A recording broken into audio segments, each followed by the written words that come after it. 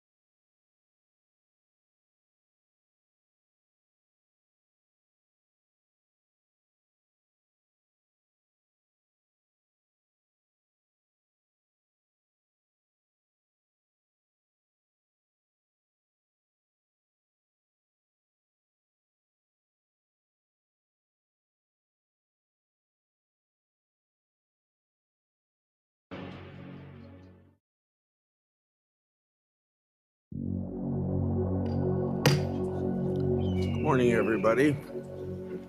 Today's hearing is meant to examine the human cost of our soft on crime policies, and particularly to highlight the Trump administration's effort to reduce violent crime. It's been over a month since Trump administration took swift action to stop crime in our nation's capital. Those efforts resulted in a 53% reduction in murders, a 57% reduction in robberies, and a 75% reduction in carjackings. Now, my Democrat colleagues would surely welcome these reductions, but from some of their language, you wonder whether they do. There ought to be a breath of sigh relief from them that more families were spared the cost of crime, which are so often paid in lives lost, laughter silenced, and families left irreparably broken. Instead, they've spun an Orwellian tale defaming their political opponents as quote unquote authoritarians, engaged in quote unquote abuses of government and military power to target and punish dissent. That's the end of that quote. This self-serving narrative doesn't make America safer. It harms victims who plead for secure communities and the law enforcement officers targeted by radicals. Need I remind these self-declared defenders of the rule of law of the very laws that were abandoned for open borders years ago? Those foolish policies paroled over 6,000 people either on the FBI's terrorist screening center watch list or with criminal records into the United States, and the same 4 years lost track of over 2 million known gotaways. The act of, quote, upholding the rule of law, end of quote, is not a political exercise for an election season. It's the duty of government all over to protect and serve, extends only to political allies of some of these Democrat leaders. Just this month, the Department of Homeland Security reported that police under Governor Pritzker's sanctuary jurisdiction refused to answer multiple calls for assistance when violent rioters physically assaulted federal immigration officers. Those unlawfully present in the United States may potentially be subject to both criminal prosecution and immigration removal proceedings. An Operation Midway Blitz in Chicago resulted in the arrest of illegal migrants convicted of assault, domestic violence, and murder. And those are just the criminal records the United States can access. I'd like to remind my colleagues that foreign criminal records often are not accessible, particularly from countries like Venezuela. We titled this hearing, quote, Blue City Chaos and Tragedy, end quote, because 18 of the top 20 most crime-ridden cities are controlled by Democrats preaching and implementing soft on crime policies. In fact, in 2022, the Heritage Foundation released a report finding a supermajority of high crime cities in red states are, quote, deep blue and ran by left-wing ideologues, end of quote.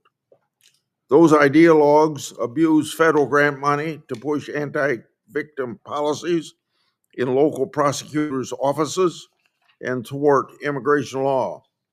In June, I released a report outlining how the Soros-backed Vera Institute of Justice used federal funds to embed in progressive prosecutor offices. Those prosecutors declined to charge a repeat sexual predator, release violent criminals back into the community to reoffend, and investigated their political opponents.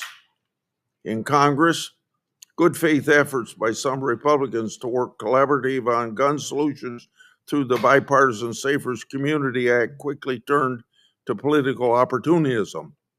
Democrats abandoned their promise to adhere strictly to legislative text and authorize warrantless searches of any lawful gun owner who dared to transact a single gun sale from their home. Many suffered under Biden's administration's tortured reading of the law and executive overreach, but none more so than victims who lost their loved ones in violent crime. Many of those individuals welcome President Trump's effort to make their communities safer. To the National Guard and law enforcement officers working to make America safer, I think all of my colleagues would join me in saying thank you for your service. The left-leaning media has alleged the National Guard is bored. If anything, I think that's a sign of their presence is deterring violence. Before I turn to Ranking Member Durbin, I'm going to take a minute for a video that shows the human cost of self-on-crime policies.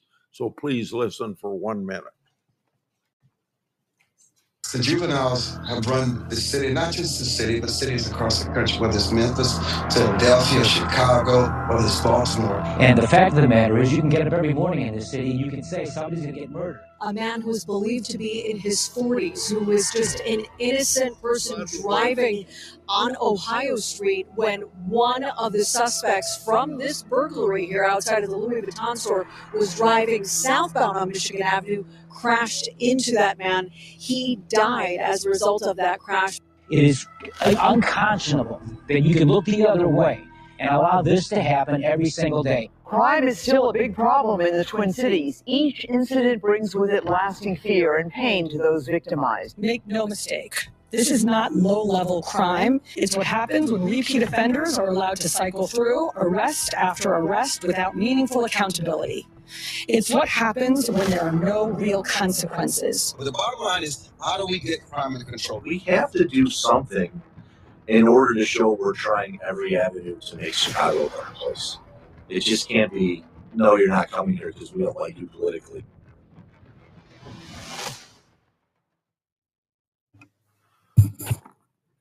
Mr. Chairman, I didn't think I'd see a video clip of former Illinois Governor Rod Blagojevich as part of your presentation. Convicted, serving time, received a pardon from President Trump. This is such a political hearing, and it shouldn't be.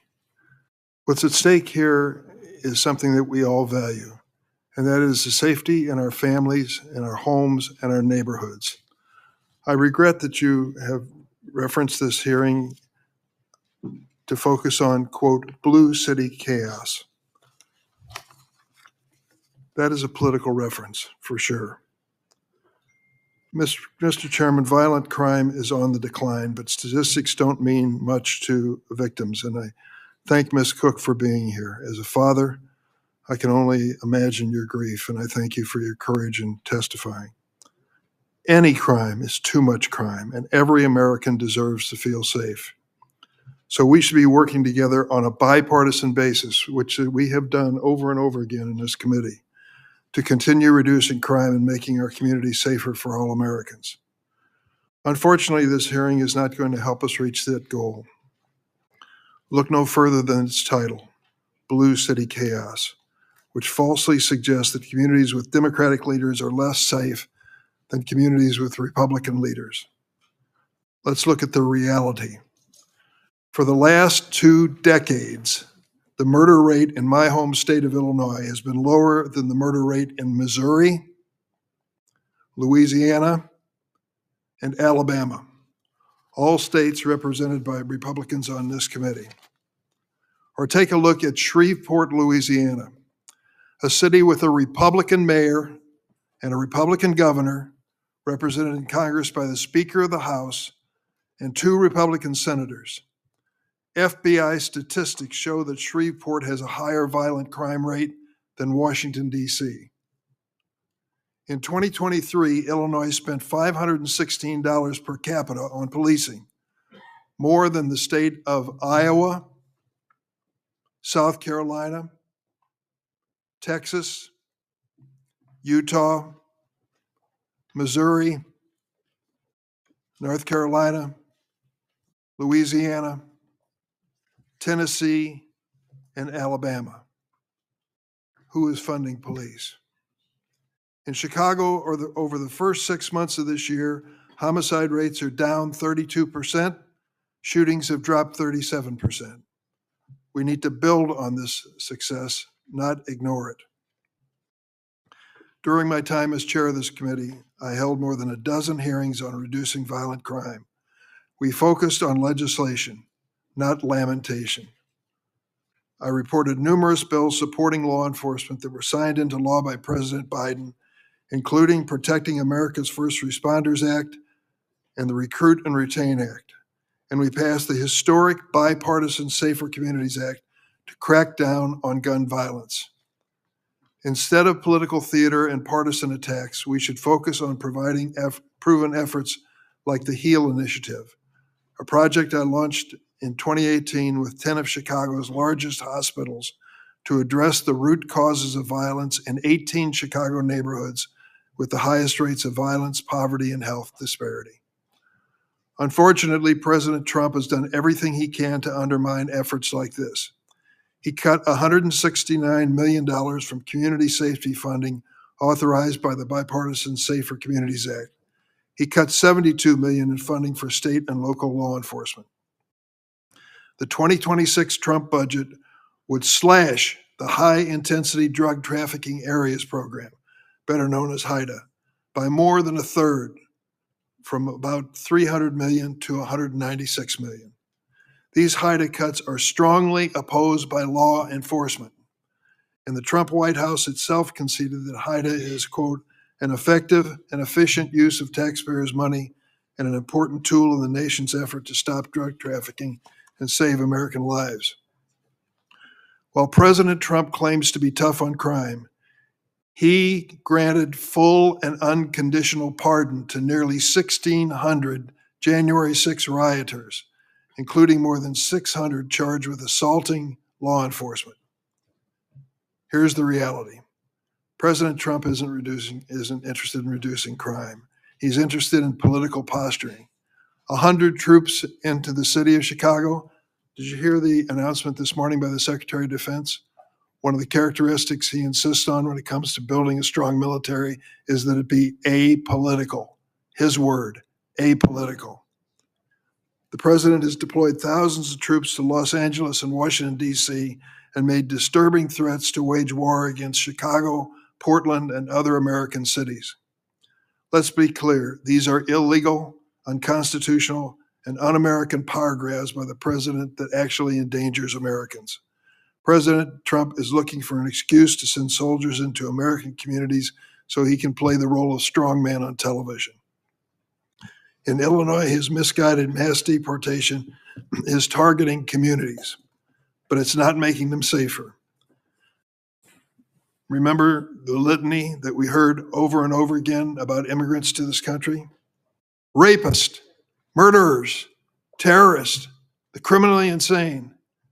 Did you know that 70% of the immigrants detained so far by the president so far have no criminal conviction?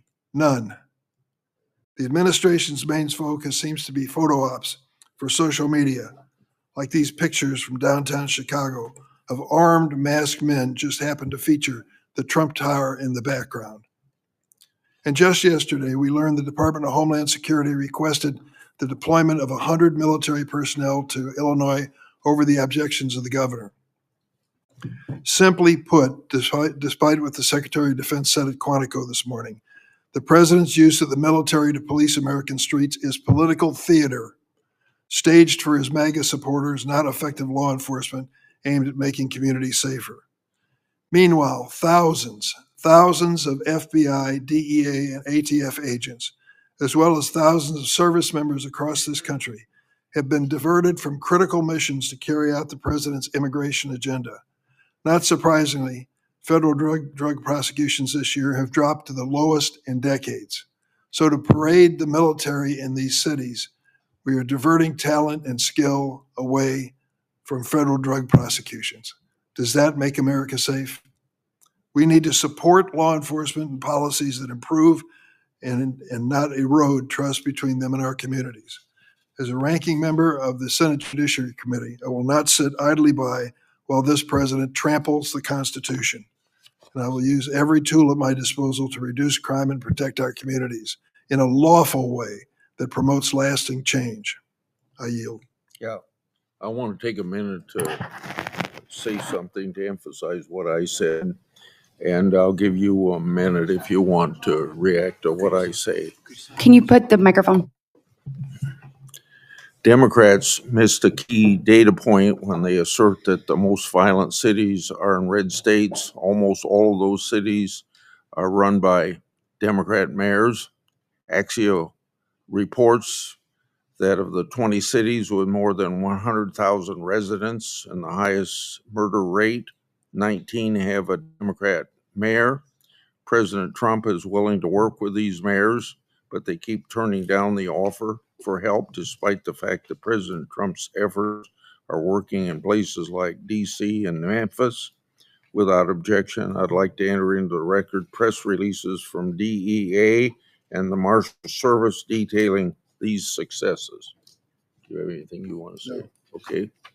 Then I'll introduce the three witnesses from our panel, and Ranking Member Durbin will introduce his. Then we'll swear in the group and take their testimony. First is Mrs. Forlesia Cook. Ms. Cook is a DC local. Her life was turned upside down on April 23, 2017, when her grandson Marty was shot, killed. He was a hardworking 22-year-old man who left the house that day for a date. Marty never returned home. He was shot 7 times. Thank you for appearing, Mrs. Cook. Now we have Detective Gregg Pemberton. Detective Pemberton worked at the Metropolitan Police Department here in Washington, D.C. He's head of the D.C. Police Union. As head of the union, Detective Pemberton represents over 3,000 women and men of the Metropolitan Police Department. Detective Pemberton brings his firsthand experience battling crime to Washington, D.C. to discuss current policies. Thank you. Finally, we have Tennessee's State Senator Brent Taylor. Senator Taylor hails from Tennessee's 31st District, which covers a portion of the city of Memphis and its surrounding suburbs. Since being elected to office in 2023, Senator Taylor has been known for being tough on crime. Senator Taylor knows well the impact that progressive soft on crime policies have on cities. I'm grateful for his leadership in his home state to combat these policies. Senator Durbin. Gregory Jackson Jr. is here, president of the Rocket Foundation, founded in 2022 to end gun violence in America. A gun violence survivor himself, he previously served as deputy director of the White House Office of Gun Violence Prevention and special assistant to President Biden. He's also served as executive director of the Community Justice Action Fund, which advances policies to address gun violence. Thanks for being here, Mr. Jackson. Yeah. And we also welcome Major General William Enyart, a retired member of the U.S. Air Force and Army National Guard. His nearly 36-year military career, including active duty service in the Air Force, 30 years in the Army National Guard, His service culminated as Adjutant General of the Illinois National Guard, commanding both the Air and Army National Guard from 2007 to 2012. He previously served as Brigadier General and Deputy Commanding General of the Illinois Army National Guard. Thank you, Major Enyart, for being here today. Now I ask if you'll stand, please. Do you swear that the testimony you're about to give before this committee will be the truth, the whole truth, and nothing but the truth, so help you God? Yeah. Let the record reflect that all the witnesses answered in the affirmative. Mrs. Cook, will start out with you, and sometimes make sure you push the red button. Yeah.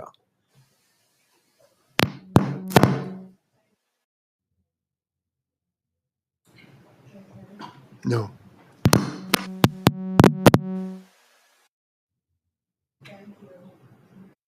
Is the red button on? It is. Perhaps you could. Can.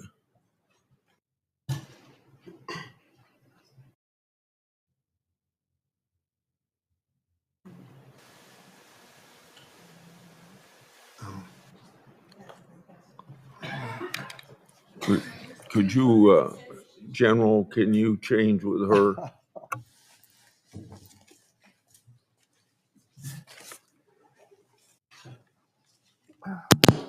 Sorry.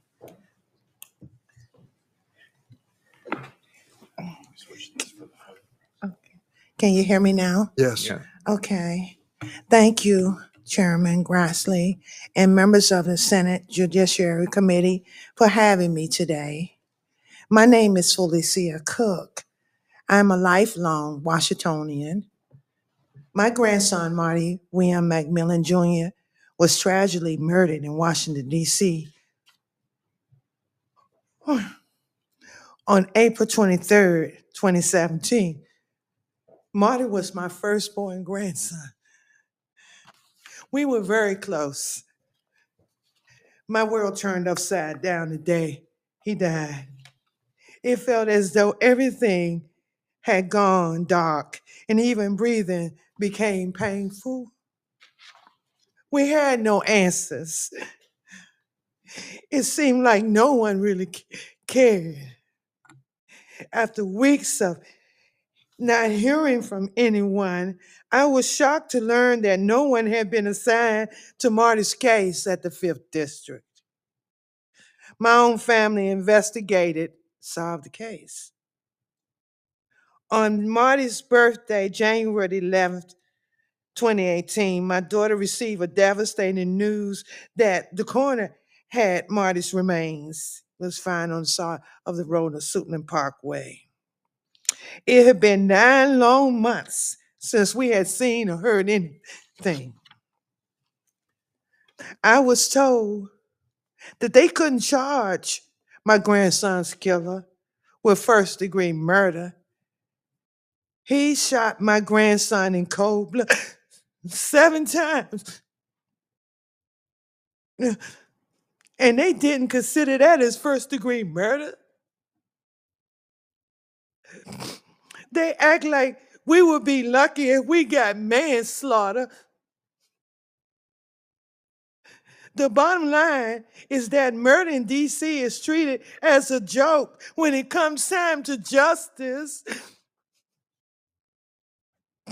My Marty killer received only maybe 16 years, which will likely be served concurrently with the time he was already serving for the charge of guns and drugs.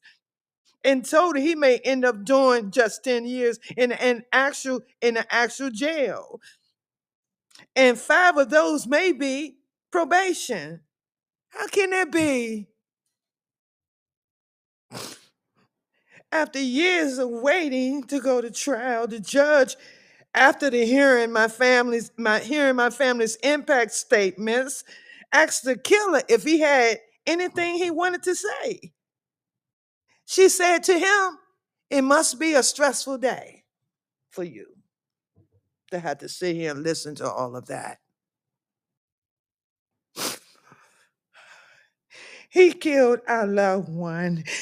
And after everything we went through, they seem to be more sympathetic to him than us, the victims. How long do we have to suffer? This must change. We need to stop killers being sentenced with minimum time, allowing them to come back come back out and potentially kill someone else. This is wrong. Someone needs to change these laws. I don't care who makes the changes. It needs to happen. I'm simply asking for someone to do the right thing, please. If you take a life, you should serve a life. That's my opinion. A life sentence. It's just that simple. I'm grateful for President Trump, and I am, for hearing my voice. As he's doing something to make this thing safe. I can see the total difference since President Trump been focusing on DC. I'm more comfortable being here. I feel safer here. I know others do too. I do. Thank you for listening. And it took this administration to address and have me heard, allow me to be heard. I appreciate thanking and everyone that took the time to hear me, because no one heard me before. I did rallies and marches. I stood in the Department of Justice. I went to see Mayor Bowser. I asked him to help.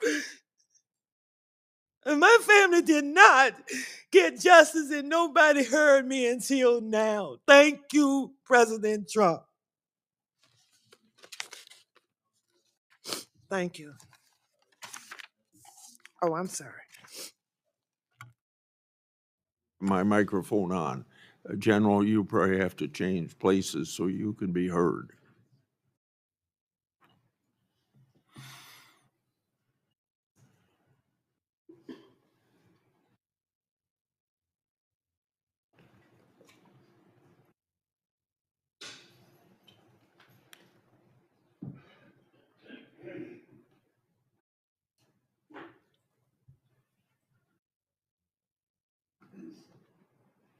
Please proceed. Good morning, Chairman Grassley, Ranking Member Durbin, and Senators. My name is William Enyart. I'm a retired Major General. The last 5 years of my service, I was the Adjutant General, that's the Commanding General, for the 13,000 soldiers and airmen of the Illinois National Guard. I had guardsmen in combat in Iraq and Afghanistan 24 hours a day, 365 days a year. We had the largest combat deployment since World War II. I served nearly 36 years in the military. I come from a proud family of veterans. My father, brother, and I served a total of nearly 64 years. We each served as enlisted members. I was commissioned an officer in 1982. After military retirement, I was elected to Congress, where I served on the House Armed Services Committee. I recite these facts so that you understand that I have experience at the enlisted, officer, general officer, and policymaker level. This experience forms the basis of what I will tell you today.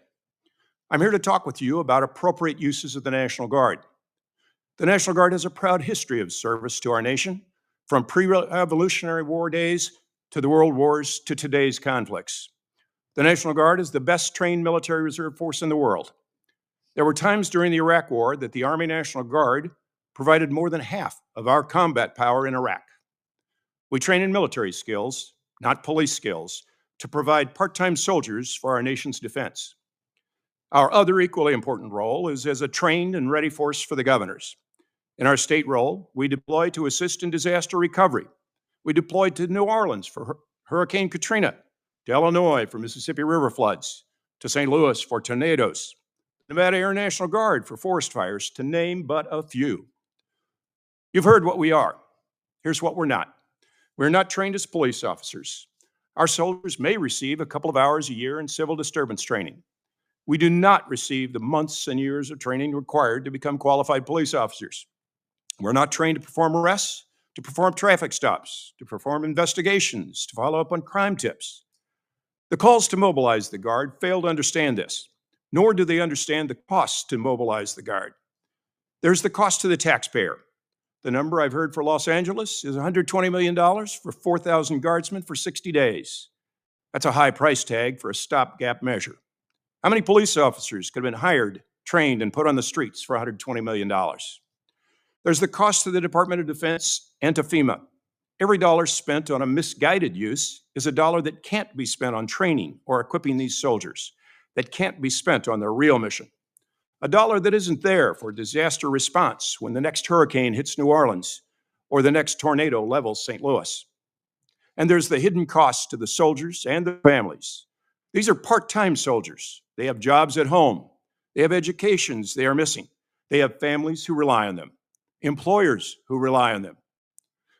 Let me speak to you from a guardsman's heart. Sunday, my pastor at the Presbyterian Church in Belleville, Illinois, spoke about trust. He was speaking to the trust between God and man. Let me speak to you of a soldier's trust. A soldier trusts fellow soldiers. They trust their leadership. They trust the political leadership of this country to send them on missions, whether wartime or peacetime, that make sense. Missions that don't waste their time or lives, that don't waste their sacrifices. A soldier's family trusts that their sacrifices, their loss of that soldier for a day, a week, a month, maybe forever, isn't a waste. Employers trust that Guardsman's mission is necessary, that it's important, that it protects our nation. Communities trust that our soldiers serve our nation, defend justice and democracy. Trust that a soldier's mission is to protect them, not police them.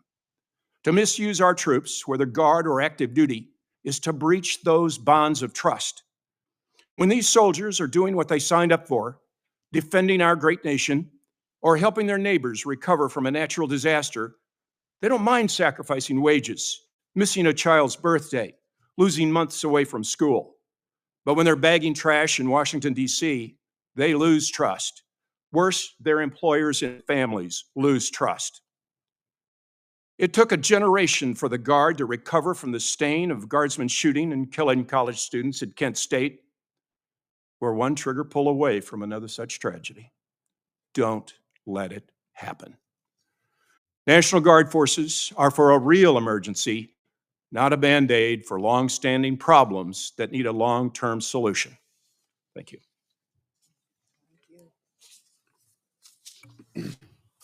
Good morning, Chairman, Ranking Member, and members of the committee. My name is Gregory Pemberton. I am Chairman of the DC Police Union, representing roughly 3,000 officers, detectives, and sergeants in the Metropolitan Police Department. I have served the city for more than 20 years. Let me be direct. Major cities across the United States are in crisis. Crime is out of control, and police departments are dangerously understaffed. This did not happen by accident. It is the result of radical laws and rhetoric that began in Washington, D.C., the city council stripped away officer rights, restricted proven tools, and openly celebrated defunding.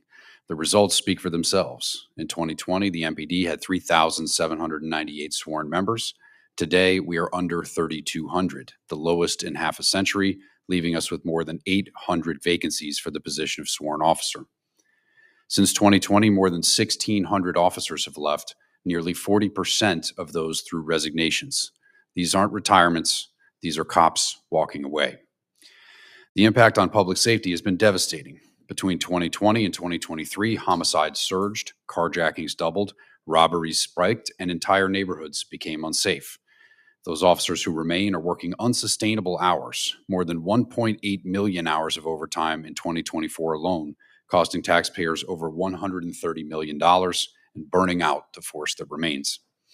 And this is not unique to Washington, D.C. Across the country, city councils and legislatures followed the same path, passing laws that hamstring police, erode morale, and expose officers to personal liability, even when they do their jobs properly. The message to police was clear: you will not be supported, and the result has been predictable. Cities from New York to Chicago to Seattle are seeing record attrition, recruitment collapse, and crime that has left entire neighborhoods living in fear. This is a national problem with national consequences. This summer, the crisis reached such extremes that the President of the United States stepped in, federalizing the MPD. Alongside this action, hundreds of federal law enforcement agents were surged into the city, and the National Guard was deployed to reinforce local efforts. Their presence was immediately effective in deterring crime and stabilizing neighborhoods that had been plagued by violence. Within just 1 week of this deployment, carjackings were down 83%, robberies down 46%, violent crime down 22%, and there were 0 homicides during those 7 days, something nearly unheard of in the nation's capital. The union supports the recognition of the problem, but federal intervention cannot be permanent. The solution is not federalizing local police, it's restoring staffing, repealing failed laws, and giving officers the support they need to succeed. That is why we also support the Clean DC Act. It begins the process of undoing harmful legislation, restoring balance, and rebuilding MPD's strength. This is not just a DC issue. Other cities that embrace the same policies are now facing the same consequences. The lesson is clear. When leaders attack police, communities suffer. When lawmakers strip away tools and protections, criminals thrive. If this is not corrected, the crisis will deepen here and nationwide. I urge Congress to act, support the Clean DC Act, roll back failed legislation, and work with law enforcement instead of against us. Officers want nothing more than to protect their communities, but they cannot do it alone. Again, I thank you for the opportunity to testify, and I welcome any questions the committee may have. Thank you. Thank you, Mr. Pemberton. Now, Mr. Jackson. Thank you, Chairman Grassley, Ranking Member Durbin, and committee members for inviting me to be a part of this important hearing. I'm Gregg Jackson, a survivor of gun violence, a former deputy director of the first ever White House Office of Gun Violence Prevention, the office that coordinated federal resources, implemented life-saving policies, and coordinated both state and local leaders to reach a nationwide reduction in violent crime by 13.2% and homicides by 31%. Now, first of all, in 2013, while walking home, an argument erupted across the street from me, and I was struck by a bullet. The bullet hit 2 arteries and left me bleeding to death on the pavement. And as I was fighting for my life that night, I arrived at the hospital only to be met by officers instead of doctors. They put me through 3 rounds of interrogation before surgery, and with blood pouring out, I found myself fighting for my life and my innocence. And despite spending Sundays in church, growing up with 2 loving parents, graduating from an elite college, being a hard-working professional, that night I was seen as a suspect first and a person second. This approach is of only seeing violence in our communities as a crime to solve instead of a tragedy to prevent is not only wrong, it's ineffective. Reducing violent crime requires a comprehensive approach to prevent violence before it happens, while ensuring swift and effective justice for those responsible. We know that we cannot arrest our way out of this crisis. If so, Louisiana would already be the safest state in the country, and America would be the safest country in the world.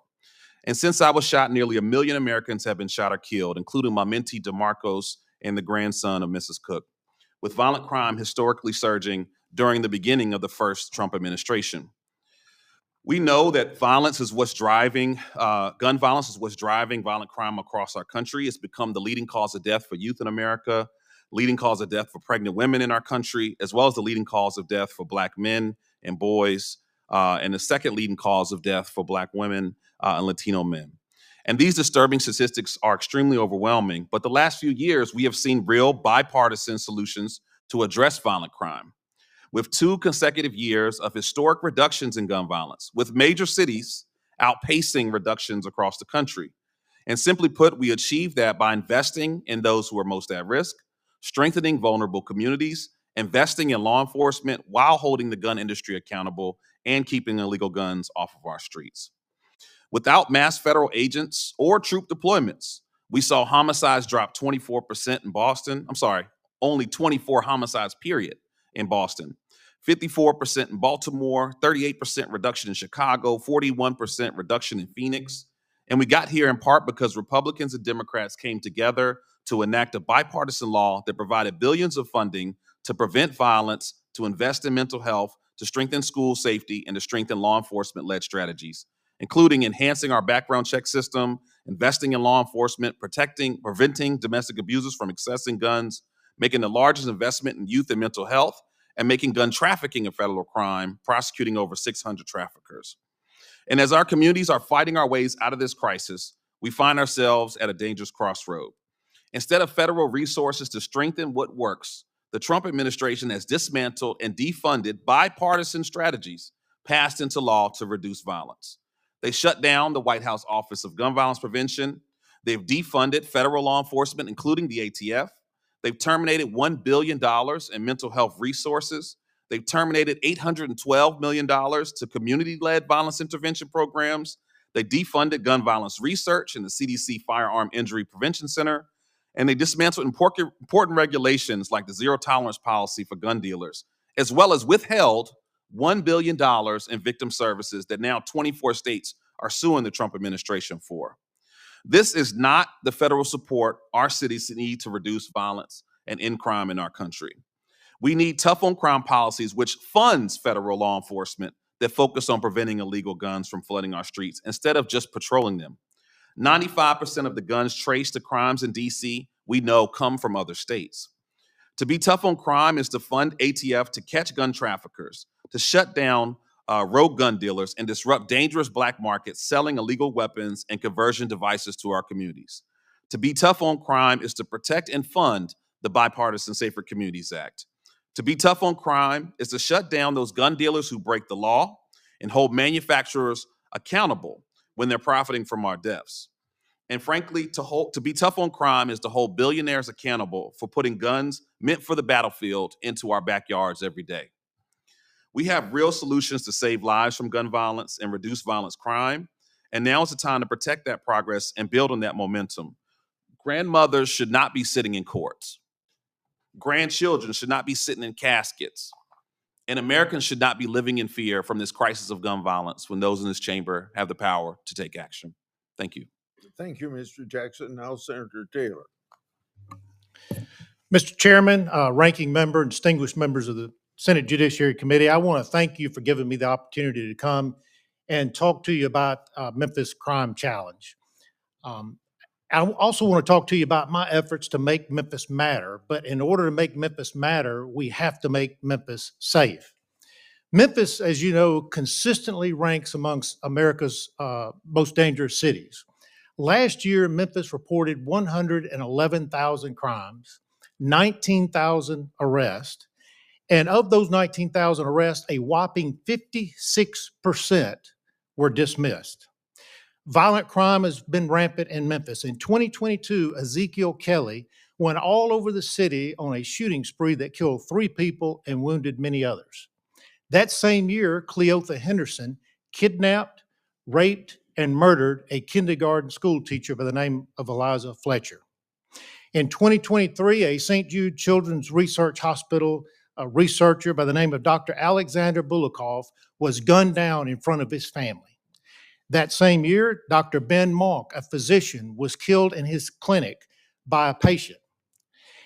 Fast forward to 2024, a Twan Gunn was a mass shooter at a restaurant in Memphis, and he was let out on his own recognizance after that mass shooting.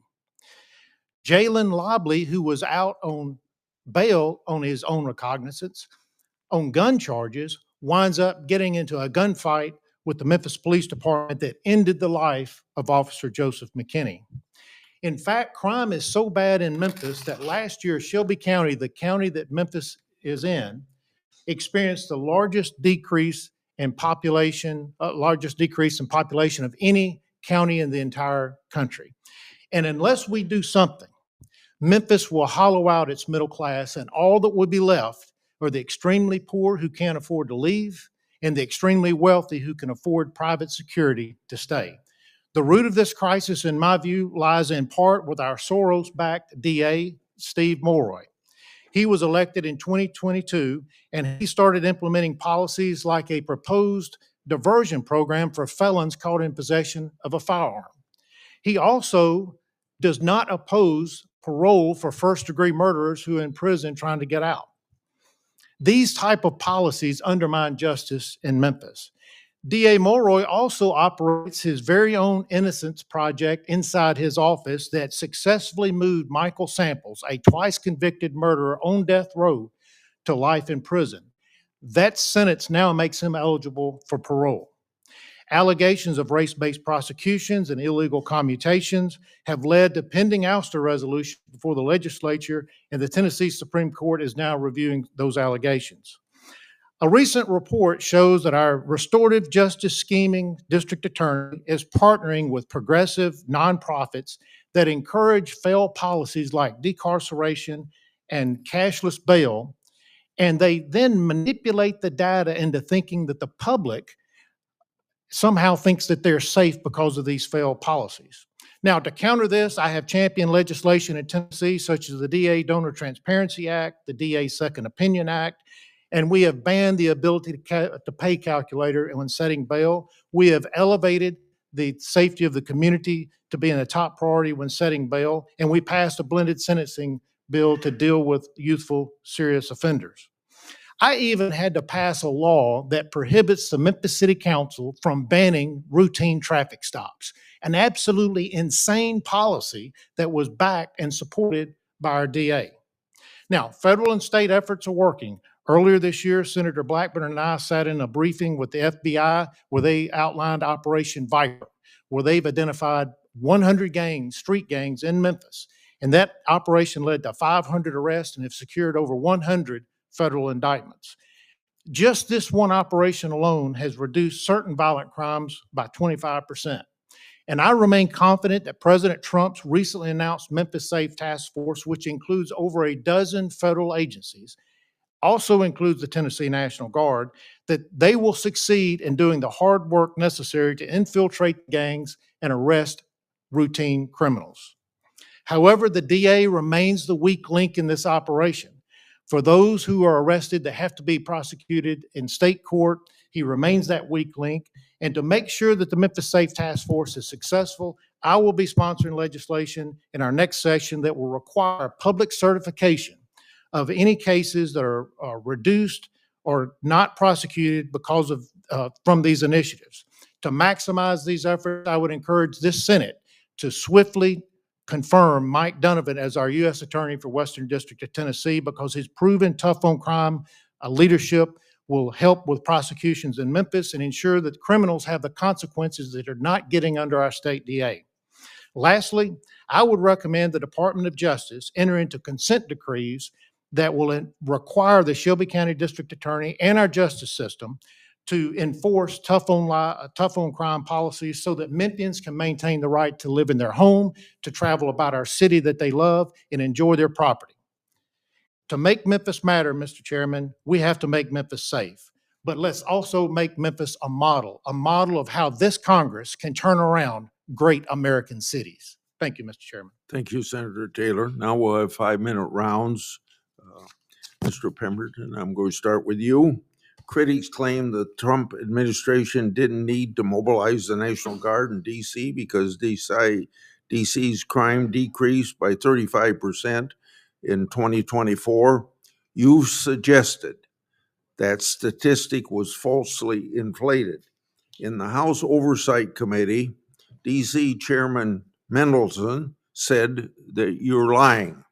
Is the 35% statistic inflated? And what is your response to Chairman Mendelson? And then also connected with that, do you think this is a common problem with crime statistics? Yeah, thank you for that question, Chairman. What's interesting is when Chairman Mendelson referred to me as a liar in that congressional testimony, there was public information about, one, the Internal Affairs Division at the Metropolitan Police Department had publicly announced that they were investigating command staff officials for manipulating crime data. The accusation was that they were going into police databases, changing felonies to misdemeanors to keep crime numbers down. Second of all, at that time, the House Oversight Committee had also announced that they had launched an investigation into the manipulation of crime data as well.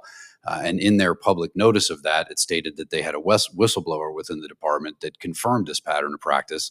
And thirdly, the Department of Justice, through the U.S. Attorney's Office in D.C., had also announced that they were investigating whether or not there were violations of the criminal code in the manipulation of crime data. So to suggest that my allegations that crime data is manipulated was somehow a lie, I believe that's belied by the facts that were already in evidence. So unfortunately, I think the irony is lost on Mr. Mendelson. But your question is, do I believe that crime data was inflated? Yes, I think that the police department, through its initial reporting, our members report to us quite often, albeit anecdotal, but I will tell you that it's ubiquitous. That when officers respond to the scene of a crime and they're investigating what they believe is a felony, that inevitably some management official will contact them either by arriving on the scene or by phone and direct them, or sometimes even order them to take a report for lesser offenses, typically misdemeanors, to keep those crime stats down. In addition to that, there's obviously, as I mentioned, a number of investigations into the command staff for their manipulation of data.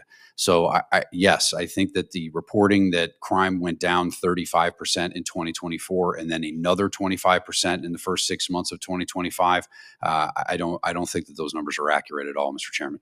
Thank you. Mrs. Cook, you read an impact statement at the sentencing of your grandson. Please explain what the judge said after you read your statement, and do you feel that justice was served? Thank you. Thank you for the question.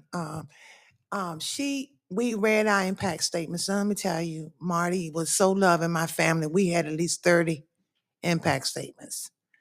And after we read them, she said to us, thank you for your impact statements. She looks over at the, I say killer. She looks over at him and she says, is there anything you'd like to say? His attorney stood up and said some things, but she says to him when she asks him, is anything he likes to say, I know you had a stressful day after listening to all of that. Is there anything you'd like to say? No, we did not receive justice. He was given consecutively or concurrently with the time that he was charged with guns and drugs, 10 years. Okay, so concurrently, so he had already did 4. So now how many years does that mean that he get 5 years probation or on parole? So how many years does he actually do in jail? This is a heinous murder that he committed. He shot my grandson 7 times. He left the room and my grandson moaned. He went back in there and shot him more. Thank you, Mrs. Cook. Thank you. Senator Taylor, many on the left have pushed for further gun regulation to combat violent crime. We're seeing on these soft on crime cities. What are your thoughts about gun ownership? In your opinion, are more regulations needed to keep our communities safe? Thank you, Mr. Chairman.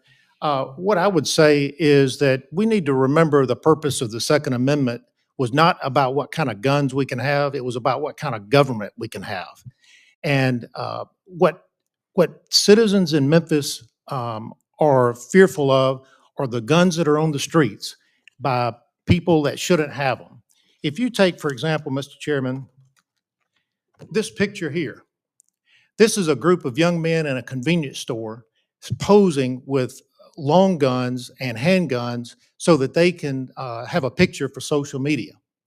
It's these type of pictures that I want to try to stress, because they don't have these guns because we don't have enough regulations. They have these guns because they don't follow the law. And we can pass all the gun laws you want, but criminals are criminals by nature. And we've had that problem since Cain slew Abel with a rock. And we don't need to continue to put restrictions on law-abiding citizens who just simply want to protect themselves in their homes. Thank you, Mr. Chairman. Thank you, Senator Taylor. Now, Senator Durbin. Thank you, Mr. Chairman. Mr. Pemberton, the 3,000 officers in your union, is that correct? Yes, Senator, that's correct. Were you involved at all in January 6th, the insurrection that took place in the Capitol? I was not there that day. I was at work that day monitoring the situation, but no, I was not present. Did you get a chance to either talk to any of your officers who were here or to see any videos where your officers were assaulted? Of course, yeah, dozens of our officers were injured, and we've spoken with all of them, yes. Do you characterize their experience as a peaceful protest? No, there was definitely a riot that day, yes, sir, and officers were injured. So what was your reaction when President Donald Trump gave a full and unconditional pardon to 1,500 individuals who had been prosecuted for violence against police officers? Well, it's frustrating to see that, but what I point to is since that day, since January 7th, 2021 through today, we've had 1,537 officers injured where someone has assaulted a police officer, and 95% of those cases have been no-papered by the U.S. Attorney's Office. So, yes, it's frustrating to have officers who are assaulted, but the vast majority of those people that assaulted officers that day were arrested and charged, and many of them convicted. I'm asking about the full and unconditional pardon by the president. Your reaction to that? My reaction is that it's more frustrating to have suspects who assault police officers who are arrested by cops and have that case no-papered by a U.S. Attorney's Office than it is to have people who are convicted of crimes and spend years in jail and later be pardoned. I guess I don't follow you. You're saying that since there were assaults aside from January 6th that were not prosecuted, you felt more strongly about that than the pardon of the president of 1,500 people who violently assaulted police officers? What I'm saying, Senator, is more than 1,500 officers have been assaulted by people since that day, and nothing has happened to those suspects. Would you put them in at least the same level of outrage, assaults on your officers, whether in the Capitol January 6th or afterwards? I don't think anybody should ever be assaulting officers, and if they do, they should be prosecuted to the fullest extent of the law. And should they be full and unconditionally pardoned? My frustration, Senator, is that no one seems to care about police officers who were assaulted after that day or before that day. It seems like people only care about police officers who were assaulted on that day in the calendar. Police officers are assaulted all the time, and no one seems to care about it, and that's our frustration. Well, I'm certainly not in that category, and I don't think most people are, but let me tell you something else. I spent a better part of my life in this building, in the U.S. Capitol building, and I think you feel as I do. It is a cathedral to democracy and should be respected. And the people that broke down the windows, came in and beat up on your police officers are despicable. And to give them a full and unconditional pardon to me and call them peaceful protesters is not conducive to saying that you're sympathetic to the police and their mission. I just happen to feel that way. Mr. Jackson, you worked on a lot of projects involving state and local government as well, didn't you? Yes, sir. What was your experience in the previous administration? Well, we knew that our local communities needed support. Whether we sat down with leaders in Memphis or Birmingham or Phoenix or Atlanta, the biggest request was, how do we keep more guns from getting into our streets? And that's where we specifically focused on how do we invest more into ATF, both through appropriations and through White House support, so they could have more crime gun intelligence to solve violence before it happens, to close homicides, but most importantly, to keep guns from coming into their communities. When we look at what's happening in our country, the cities that are most dangerous are those blue cities that are in red states where they don't have the regulations. Places like Tennessee, where there's no concealed carry permit, there's no background check, there's no extreme risk law, there's no shoot first law, there's no secure storage law. So guns are flowing in and out of these communities that are already vulnerable to violence. And so working with state and local leaders, that's what we focused on at the federal government, is keeping guns out of communities that are most vulnerable. And what has happened to the funding of ATF under this administration? It's been slashed tremendously. We've seen 2/3 of even the inspectors that inspect gun stores being cut. And we know that the only entity we have that can keep guns out of our communities right now is the ATF, and it's directly under attack by this administration and frankly by the really harmful bills and budgets being proposed. So in Chicago, we have a problem with guns coming in from neighboring states, which don't do background checks at gun shows and things of that nature. Was that a problem you ran into? Yeah, it was huge. I mean, even in Chicago, we've seen illegal crime guns show up. In the last 10 years, those numbers have doubled. And when you look at the sources, the number of them that come from Indiana have tripled. The number from Missouri have doubled. And so what's happening is that these illegal black markets that are flowing guns into major cities like Chicago are getting more fierce. And frankly, more folks are profiting off of the deaths in our cities. And if we slow the rate of these illegal firearms coming into this, Gentleman's time has expired. Senator Cornyn. Detective Pemberton, are drugs, well, let me back up. Explain what the role of drugs in the community have in terms of violence, in terms of the gangs that distribute them, that presumably engage in a lot of the violence, including attacks on police officers and other innocent parties. Where do those drugs come from? Well, those drugs can come from anywhere, depending on what type they are. Fentanyl, marijuana, heroin, those different types of narcotics flow in the country from different means. But what it means for an area like the District of Columbia is that the entities that actually engage in the distribution of those narcotics, they protect that distribution with guns and violence. Obviously, that's a black market operation, and it's very dangerous. And rival crews and gangs are always looking to take over territory and product and cash. So it becomes a very violent endeavor for all involved, whether that's people who are trying to purchase narcotics, or these folks that are selling them, or the neighborhoods that it's occurring in. And then for the police to try to intervene into that operation and make arrests, it becomes very dangerous. So are drugs the primary coin of the realm, so to speak, for street gangs that engage in this violence? It can be one of them. It depends, but there are certainly street crews and gangs in the District of Columbia that are focused around the distribution of narcotics. And you mentioned that the drugs could come from anywhere, but is it your belief a substantial amount of those drugs come across our southern border? I believe that's true. It's a little bit outside of my purview, but that's my understanding from the limited information. And then I once have. they make their way into the United States, then the street gangs are the distribution network that take over to distribute those to the ultimate consumer, so to speak. Once they hit an urban area like the District of Columbia, yes. And so are you familiar with the fact that there have been several or a number of notorious attacks against immigration and customs enforcement officials? They're law officers, are they not? That's correct, yes. And are you familiar with the fact there have been attacks against those ICE officers? I have seen that, yes. We've had 4 of them in Texas alone, including a recent attack that actually ended up killing some of the detainees, presumably the people that were the shooters was trying to protect from the ICE detention and deportation proceedings. And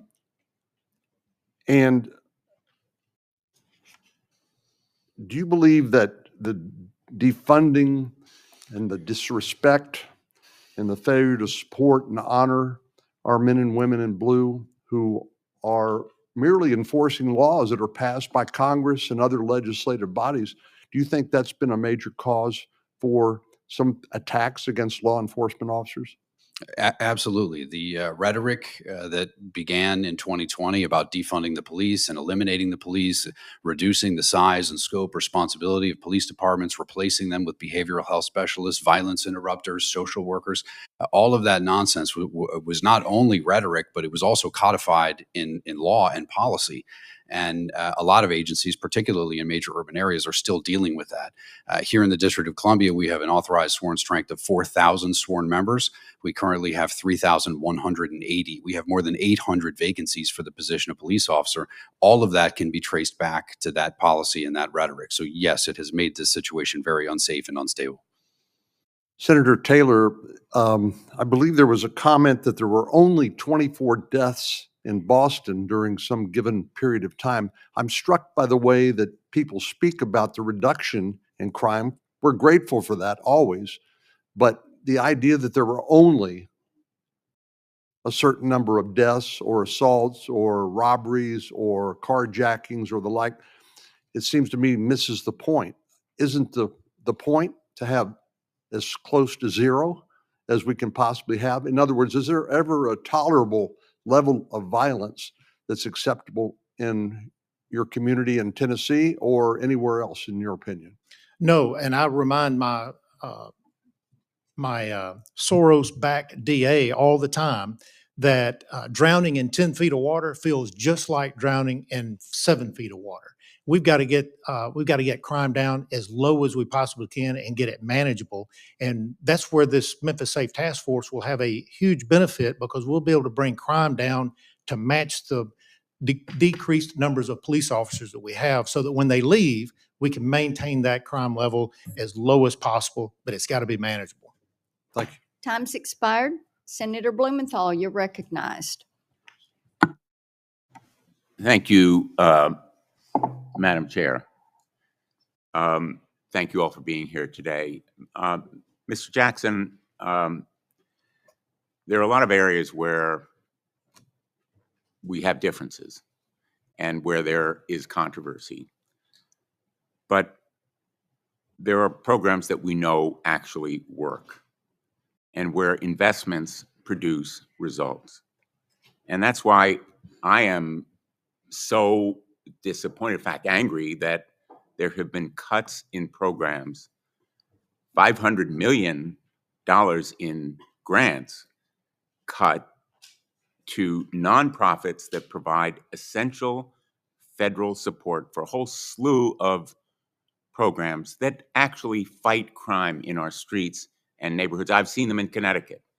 They stop gun violence, the drive-by shootings, the kids who now substitute guns for fists. And in your role and your experience, I would be interested in your view on whether those violence intervention programs, the community intervention, actually provide the kind of victim support and youth mentoring, the stuff that has been stopped by the Trump administration, but which we know, and in fact, my Republican colleagues have agreed with us, actually do work. And I say they've agreed with us because the programs were funded through bipartisan agreement just a few years ago.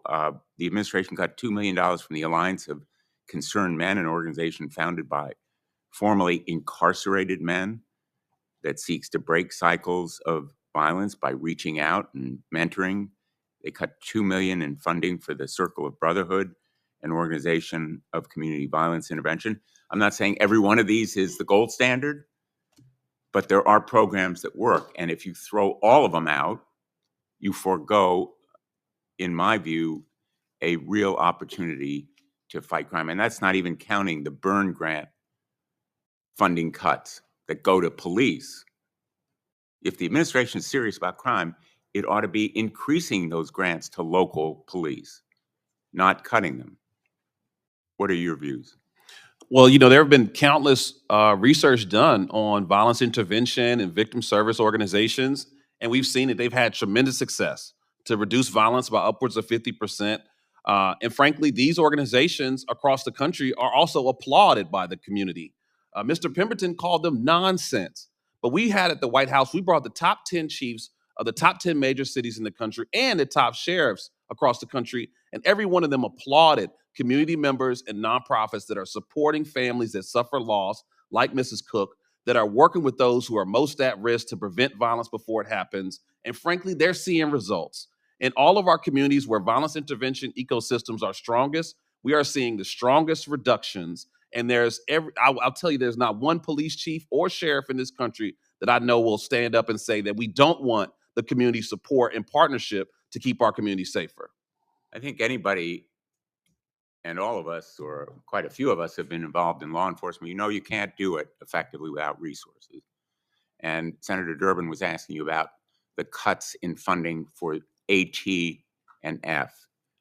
I worked with AT&F when I was U.S. Attorney. They're among the underappreciated of our law enforcement agencies. Some of the others get a lot of attention, a lot of publicity, a lot of glamour, but we're talking about trafficking and smuggling and guns particularly. Tell me what resource cuts have meant to AT&F.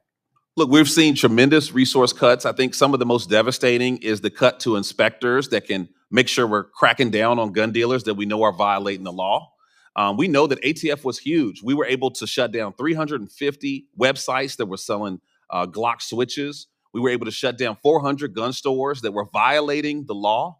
We prosecuted over 600 gun traffickers that were bringing guns into vulnerable communities like Memphis, like Birmingham, and those provided real results of keeping guns off our streets. And if you don't think that's important, then just listen to the testimony of Kash Patel, who bragged about how many guns they were able to get off their streets. They know that the way that we make our communities safer is keeping guns out of our communities, and the ATF is our strongest tool to do so.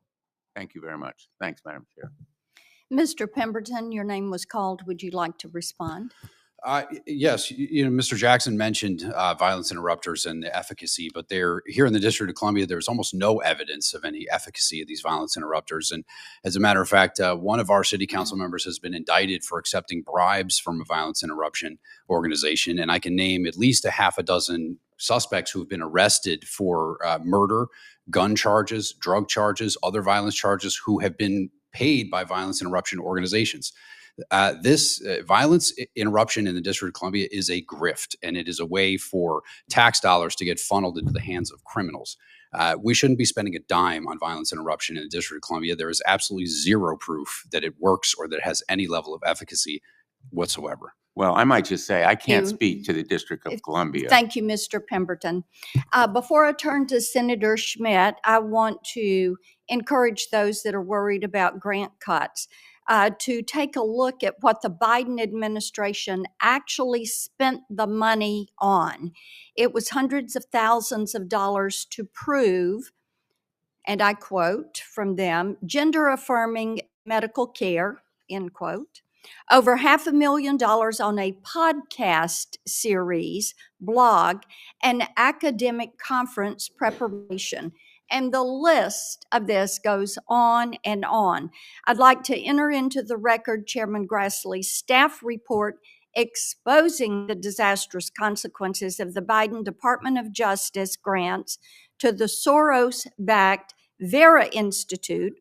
And they used taxpayer funds to gain access to progressive prosecutors just like Memphis DA, who ran on a platform of cashless bail and increasing the age of accountability for crimes. Without objection, I'll enter into the record. Senator Schmidt, you're recognized. Thank you. 5 minutes. Thank you, Madam Chair. Mr. Pemberton, I thank you for your service. I just want to ask you, could you just walk through, because the numbers don't lie. In the District of Columbia, there's been a reduction of 53% in homicides, 57% in robberies, 75% in carjackings. What lessons can be learned sort of at scale in DC and places like Kansas City, for example, that has a high crime rate and a sort of a apologist mayor and a prosecutor that doesn't want to prosecute violent criminals? That's an excellent point. And what our organization has been shouting for the past 5 years, since I mentioned that the rhetoric and the policy changed back in 2020, is that you need to have the proper number of police officers, and they need to be able to have the tools and resources to go out into these communities, do their job professionally, responsibly, constitutionally. And if you do that, and you have a prosecutor that backs those officers, like we now do here in the District of Columbia, guess what? You can reduce crime in 7 days. That's what we saw in the District of Columbia. We saw federal agents surge in. We saw the National Guard taking posts in these neighborhoods. And we saw a prosecutor who took all of our arrests seriously. And within the first week, there was a remarkable night and day difference. And a morale boost, I'm sure, for your officers too, right? When there's actually a police presence and prosecutions. Thank you. Absolutely. I also want to, Mr. Jackson, you're listed as the former Deputy Director of the White House Office of Gun Violence Prevention, but you previously served as the Executive Director of the Community Justice Action Fund and now serve as the organization's Executive Advisor. Is that correct? Yes, sir. Okay. And you were the Executive Director until 2023, is that right? Yes, sir. Okay. I want to just read some past statements from the Community Justice Action Fund. I'm just going to refer to as CJAF. In 2019, an op-ed, CJAF founder and another senior advisor stated the following, quote, "It is this critical moment. We're finally saying firmly that we must divest in policing," end quote. In 2020 letter, CJAF stated, "We must divest from aggressive policing." Further stated, public health approaches must be prioritized over policing to end gun violence, and that a, quote, "an anti-racist approach must always be a part of policymaking and advocacy on gun violence prevention." We all know what happened. Those were statements in 2019 and 2020. We all know what happened in the summer of love of 2020, where you had record high violent crime rates, including gun crimes, and gutted police departments. Does CJAF still support divesting and defunding policing? Community justice supports a public health approach to gun violence and recognizes that law enforcement is an important part of that ecosystem. And I will note, as deputy director, we invested $42 billion in public safety, made some of the largest investments in law enforcement in American history. And this administration and this Republican leadership is actually proposing and making the largest defunding of law enforcement in American history today. But you don't deny that the organization said that we must divest in policing. I can't speak to an op-ed before I was there. Okay. So. Okay.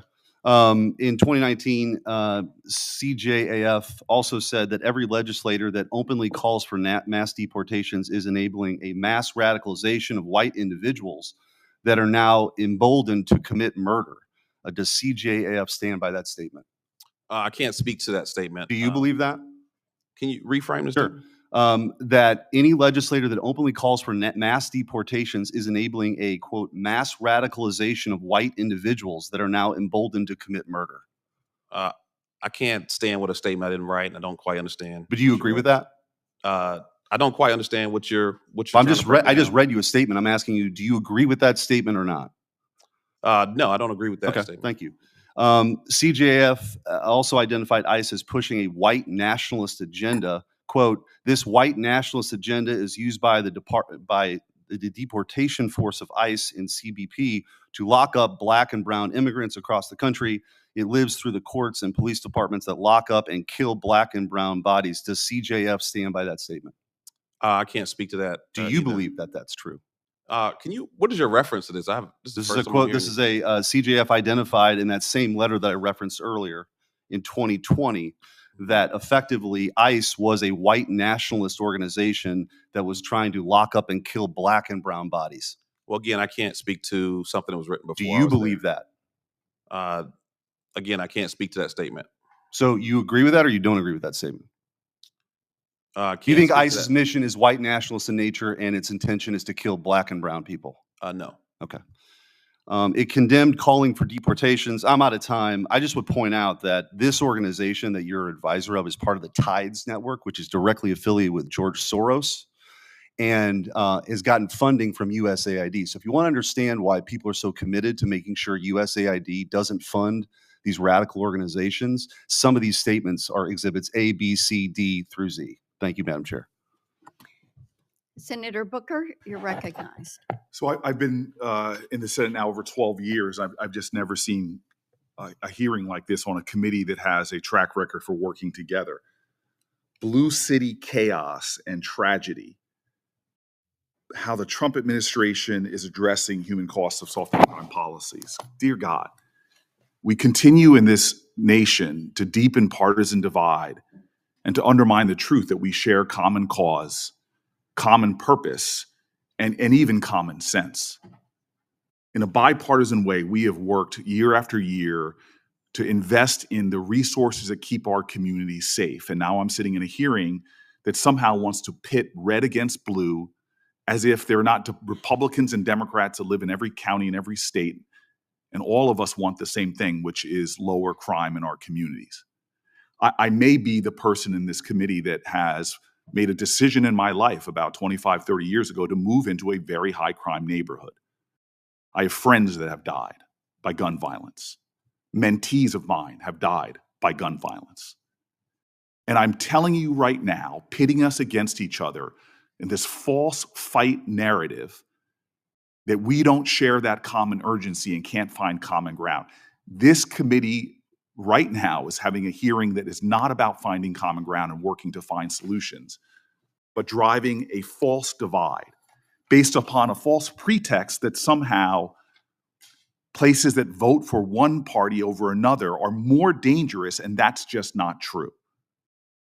The murder rate, this is truth data, the murder rate in states that voted for Donald Trump have actually exceeded the murder rate in the states that voted for Kamala Harris, and every year since from 2000 to 2023. Over the course of this century, the average murder rate in Trump voting states is 50% higher than in Harris voting states. Do we really want to talk about crime in that manner?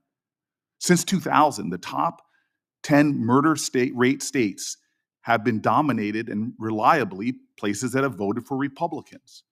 The red state murder rate was 33% higher than the blue state murder rate in 2021 and 2022.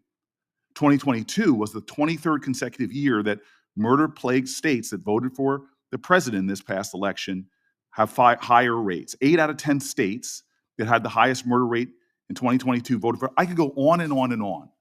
This is not constructive to the work we have to do. Anybody who's had the tragedy of losing people they love don't care about our partisan fights. They care about us finding solutions. And we have done that on this committee before. Donald Trump signed the First Step Act into law. Joe Biden increased COPS grants higher than any other president in the modern era.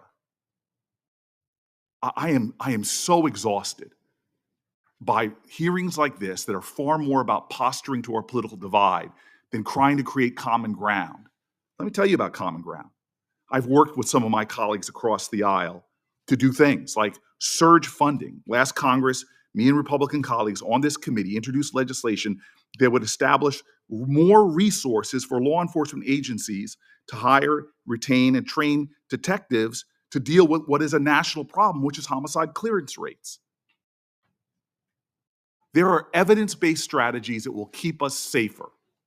A hearing about blue states and red states is a fiction that is being driven in this country, that somehow we have this tribalistic fight that is causing our problems. And that's not it. In fact, that is the problem. That we in this country have not understood that we belong to each other, that we share common ground, that we have common values, and that there are strategies that we could be pursuing as opposed to fighting each other. The kind of partisanship that's toxic in this nation is what we saw with one of the president's first act. To take criminals who beat police officers, criminals who beat them so savagely, people like Brian Sicknick died, and then to pardon those police officers for particularly partisan reasons. That's unjustifiable and something that should bring us all together. The pretext for this hearing is a farce. It's belied by the evidence, it's belied by common sense, and doesn't get this committee back to the work that I've seen done constructively in Congress after Congress, despite who's president and who's in the majority. We in this committee have done the work together to make our country safer. We are seeing crime going down, but that's little satisfaction to people who have seen their families victimized by crime. We have work to do, but this ain't it. I recognize myself for 5 minutes, and Ms. Cook, we are sorry for your loss. And thank you for being here today. Thank each of you for being here. We are doing something about crime in Tennessee. And Senator Taylor, I do want to come to you. We had phase 1 in Memphis this summer with the FBI and Operation Viper that was very successful, 500 plus arrests, over 100 federal indictments. And you have mentioned the Soros-funded DA that has been a stumbling block, as well as the juvenile court system that has been a stumbling block to addressing the crime situation. Now, phase 2 is in place, and this is the combination of the federal agencies, a dozen agencies, plus state resources with Tennessee Highway Patrol, Tennessee Bureau of Investigation, and the National Guard. I want you to talk for a moment about the impact that federal resourcing has had and how it helps Memphis. They are 500 police officers short. So let's talk about the impact that is there. And also, I want to touch on cashless bail and bail laws with you. Thank you. The impact that Operation Viper has had already has been huge. As you mentioned, 500 arrests, over 100 federal indictments. My concern is that not all of those arrests will end with federal prosecutions. Many of those arrests will be deferred to the state for prosecution, which would be our local district attorney. And my concern is, as I said in my opening statement, he is the weak link in all of this, because the cases that get referred to state court, as soon as the federal agencies leave and the National Guard leaves and the THP officers leave, he will drag around and dismiss the cases, just like he has done in other cases. There are other cases that he has dismissed. One is there's a federal judge who had an intern who someone attempted to take his life, and that case has been dismissed. And there was an interstate shooting of a constituent of mine who called me, and the case drug on, and it was ultimately dismissed. So his MO is to drag this out so that everybody leaves, the spotlight's off, and then he goes about dismissing and degrading or downgrading the cases. And that will be the weak link in all of this effort with the Memphis task And the DA that you're referring to, Mulroy, actually took office in 2022, and during his campaign, he stated, and I'm going to quote him, his quote was, he would avoid cash bail, end quote. And he also stated that he wanted to, and I quote again, transform the criminal justice system, end quote, in Memphis. And certainly he has done that. And we have put a lot of energy into federal support and state support to make certain that Memphis is going to be safe. But it appears what we have is social justice activists who are trying to impede that progress. Is that accurate? That is accurate. And he has a merry band of restorative justice schemers that are going about trying to make Memphis look like a Mad Max movie, except the cars and the music aren't as good. Let me come to you for just a moment on cargo theft.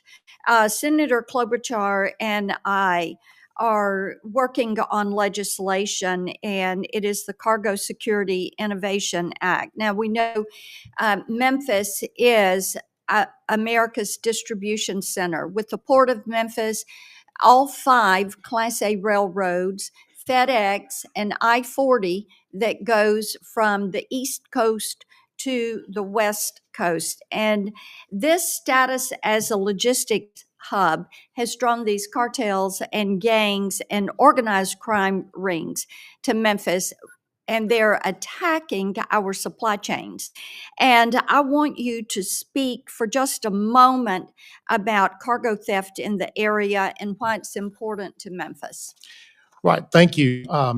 As you mentioned, cargo theft is incredibly important to Memphis. We are the home of FedEx. All those railroads that you mentioned come through here. We have the Mississippi River. We have the world's, the second largest cargo airport in the world is in Memphis. So we have the 4 R's: river, roads, railway, and runway. And you reported or the Memphis police reported that cargo thefts are down in Memphis, and you pushed back on that. And when I checked into that, not all incidents of cargo theft are reported to the same agency. Right. So many times they may be reported to the railroad police or to other state and federal agencies. So the Memphis Police Department may not know that there has been cargo theft. Right. Or that a particular agency is investigating it. But what's happening now is the railroad companies are having to take actions themselves. One railroad company, they moved their intermodal yard to a nearby county so they don't have to stop in Memphis. The railroads are now coordinating their time through the switches so that they don't have to stop in Memphis. And so they're doing everything they can. We need your bill passed. I have a bill at the state level that will help deal with cargo theft. Senator Klobuchar, you're recognized. Thank you very much, Madam Chair. I want to thank all of you for appearing today. Ms. Cook, I'm so sorry for your loss, and thank you for being here. I'm a former prosecutor. I've spent a lot of time since I got here trying to focus on some of the issues that as Senator Blackburn just discussed, with cargo that we think could be helpful, but also on helping to fund local police. I think that's a lot of the answer here. And my state has had its share of tragedies this summer. First, the assassination of my friend Melissa Hortman and her husband. And then, of course, Annunciation Church, where these kids were gunned down during Mass through stained glass window. And I do want to mention from a law enforcement standpoint that despite being strapped, the Minneapolis police, it was an incredible story. The first officer was there 3.5 minutes after the first 911 call. And within 14 minutes of that call, 20 people were in the ambulance. They were all tourniquets, everything. They were off to the hospital. And that's how so many lives were saved despite losing both Fletcher and Harper, these two adorable children. We saw the same thing, of course, in Michigan this weekend. And so that leads me to a few answers here. One is how we support local law enforcement. Mr. Pemberton, if you want to talk about local law enforcement funding and better equipment and anything that we can do on a local basis for the local police. To me, that's part of the answer here. Funding is critical. Obviously, as I said in my testimony, and as I've been saying throughout this hearing, the staffing levels are paramount, and we have to find a way to get those staffing levels back to where they need to be. But outside of that, particularly in the District of Columbia, our facilities are just in deplorable condition. The stations are. They need tons of work. The locker rooms are moldy. The bathrooms are non-functional. The parking lots are not in good shape. We need more vehicles. We need more take-home vehicles. We need more ballistic armor. There are all kinds of things we can do to make sure that our members are properly staffed, that they have clean and healthy facilities, and that they have the proper training to go out and do their job. And do you think that would help with retirement, there's too much retirement, recruitment and retaining when it comes to officers? And what else do you think would be helpful? Of course, we face this with the Capitol Police. Then Senator Blunt and I worked really hard, and now Senator Padilla's the ranking member on the Rules Committee. But we worked hard to pass some legislation to help with benefits and salaries and the like. Could you address retention and hiring of police officers? Yeah, obviously it's competitive now because there are significantly fewer people applying for the job of police officer than there were, say, 5 or 6 years ago. And so all of these agencies are now competing for the same smaller pool of candidates.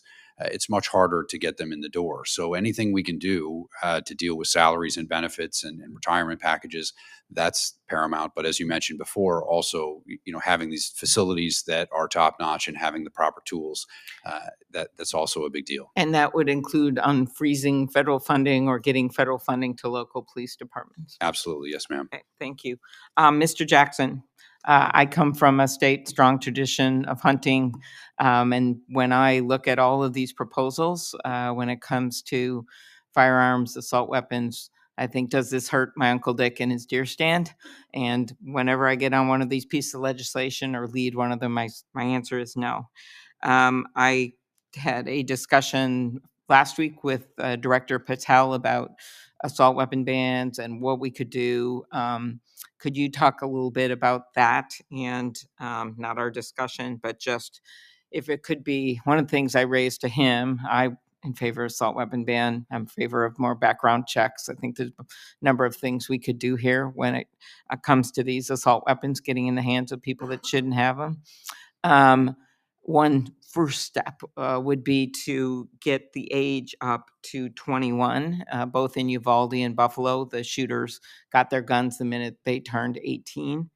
And that 21 age is the same age that already applies to purchasing handguns from federally licensed dealers. Talk about that and how that could be helpful as some kind of I don't want to use the word compromise when we're dealing with little kids being gunned down in a church and 12-year-olds trying to protect 6-year-olds. But talk about that as one solution in addition to, of course, background checks, assault weapon ban in general. Yeah, I think that's a really important step to make sure we keep guns out of the hands of our youth. One of the witnesses earlier showed a picture of young men with firearms in Tennessee, and there's no minimum age to purchase there. And that's a big issue. And so we can't just demonize some youth and and celebrate others for buying guns at such a young age, recognizing that gun violence is the #1 cause of death and youth in our country. And I also will say, even before we go there, there's a lot more low-hanging fruit.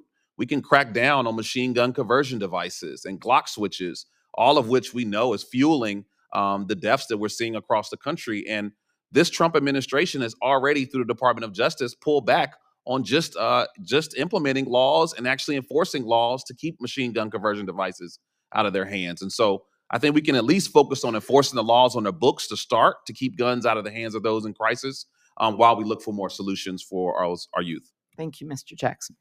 Thank you, Senator Klobuchar. And Senator Britt, you're recognized. Thank you, Madam Chairman. I appreciate all of you being here today to discuss this important topic. Look, let's be clear. The problem that we're facing today was created by blue cities, was created by plans coming from the other side of the aisle, whether it's cashless bail policies, downgrading classifications of whole categories of crimes, undermining rights and protections afforded by law enforcement officers like we saw in DC in 2022, which Detective Pemberton, I want to talk to you about that, or creating systems to ensure that pretrial releases of even the most violent offenders, like what happened in Memphis, were done. So when we're looking at this, I take issue with what the ranking member had to say. He specifically pointed out Alabama. Truth be told, 8% of our population in Birmingham and Montgomery accounts for 40% of our crime. Both of those cities have been run by Democratic mayors, and in particular in Birmingham for the last 50 years. The mayor has been a Democrat. So we can't pick and choose here and pretend like that is a whole state problem. We're talking about specific areas, and we want to keep these people safe. Here's the deal. Why can't we all agree that, Mrs. Cook, your grandson never deserved to die? Your grandson should still be with us today. And we need to utilize every tool in our toolbox to make sure that that is the reality for another grandmother somewhere in DC or wherever across this country. And you said today that when you told your story that no one heard you. You said you showed up in the mayor's office. You said that you led movements and you tried to gather people to bring attention to this. You asked for answers, and for months and months and months and months, nobody would give you any. Nobody felt like that your grandson was worthy of finding who killed him and shooting him, what you said, 7 times, and holding them accountable. You said today, for the very first time, you feel heard. Can you talk to me about what it means with President Trump placing emphasis on keeping our communities safe, what it means to someone like you who has lost someone, your very firstborn grandson, so near and dear to your heart? Yes, I can. Hello. Yes, I can. And thank you for that. As I said, I'm a Washingtonian. I'm 69 years old. I grew up in Washington. I know it well. I went to school there. So I know crime in our city. And I know that the laws and the legislators and a lot of things need to be changed to combat it. If we don't send the killer message, then they're going to keep killing. If you're only going to give me a slap on the wrist and you're going to let me out, then when I got that vacation, 3 hots in a cot for a little while, got some rest, I come back out and I do the same thing. I have not learned. There's no reform in there.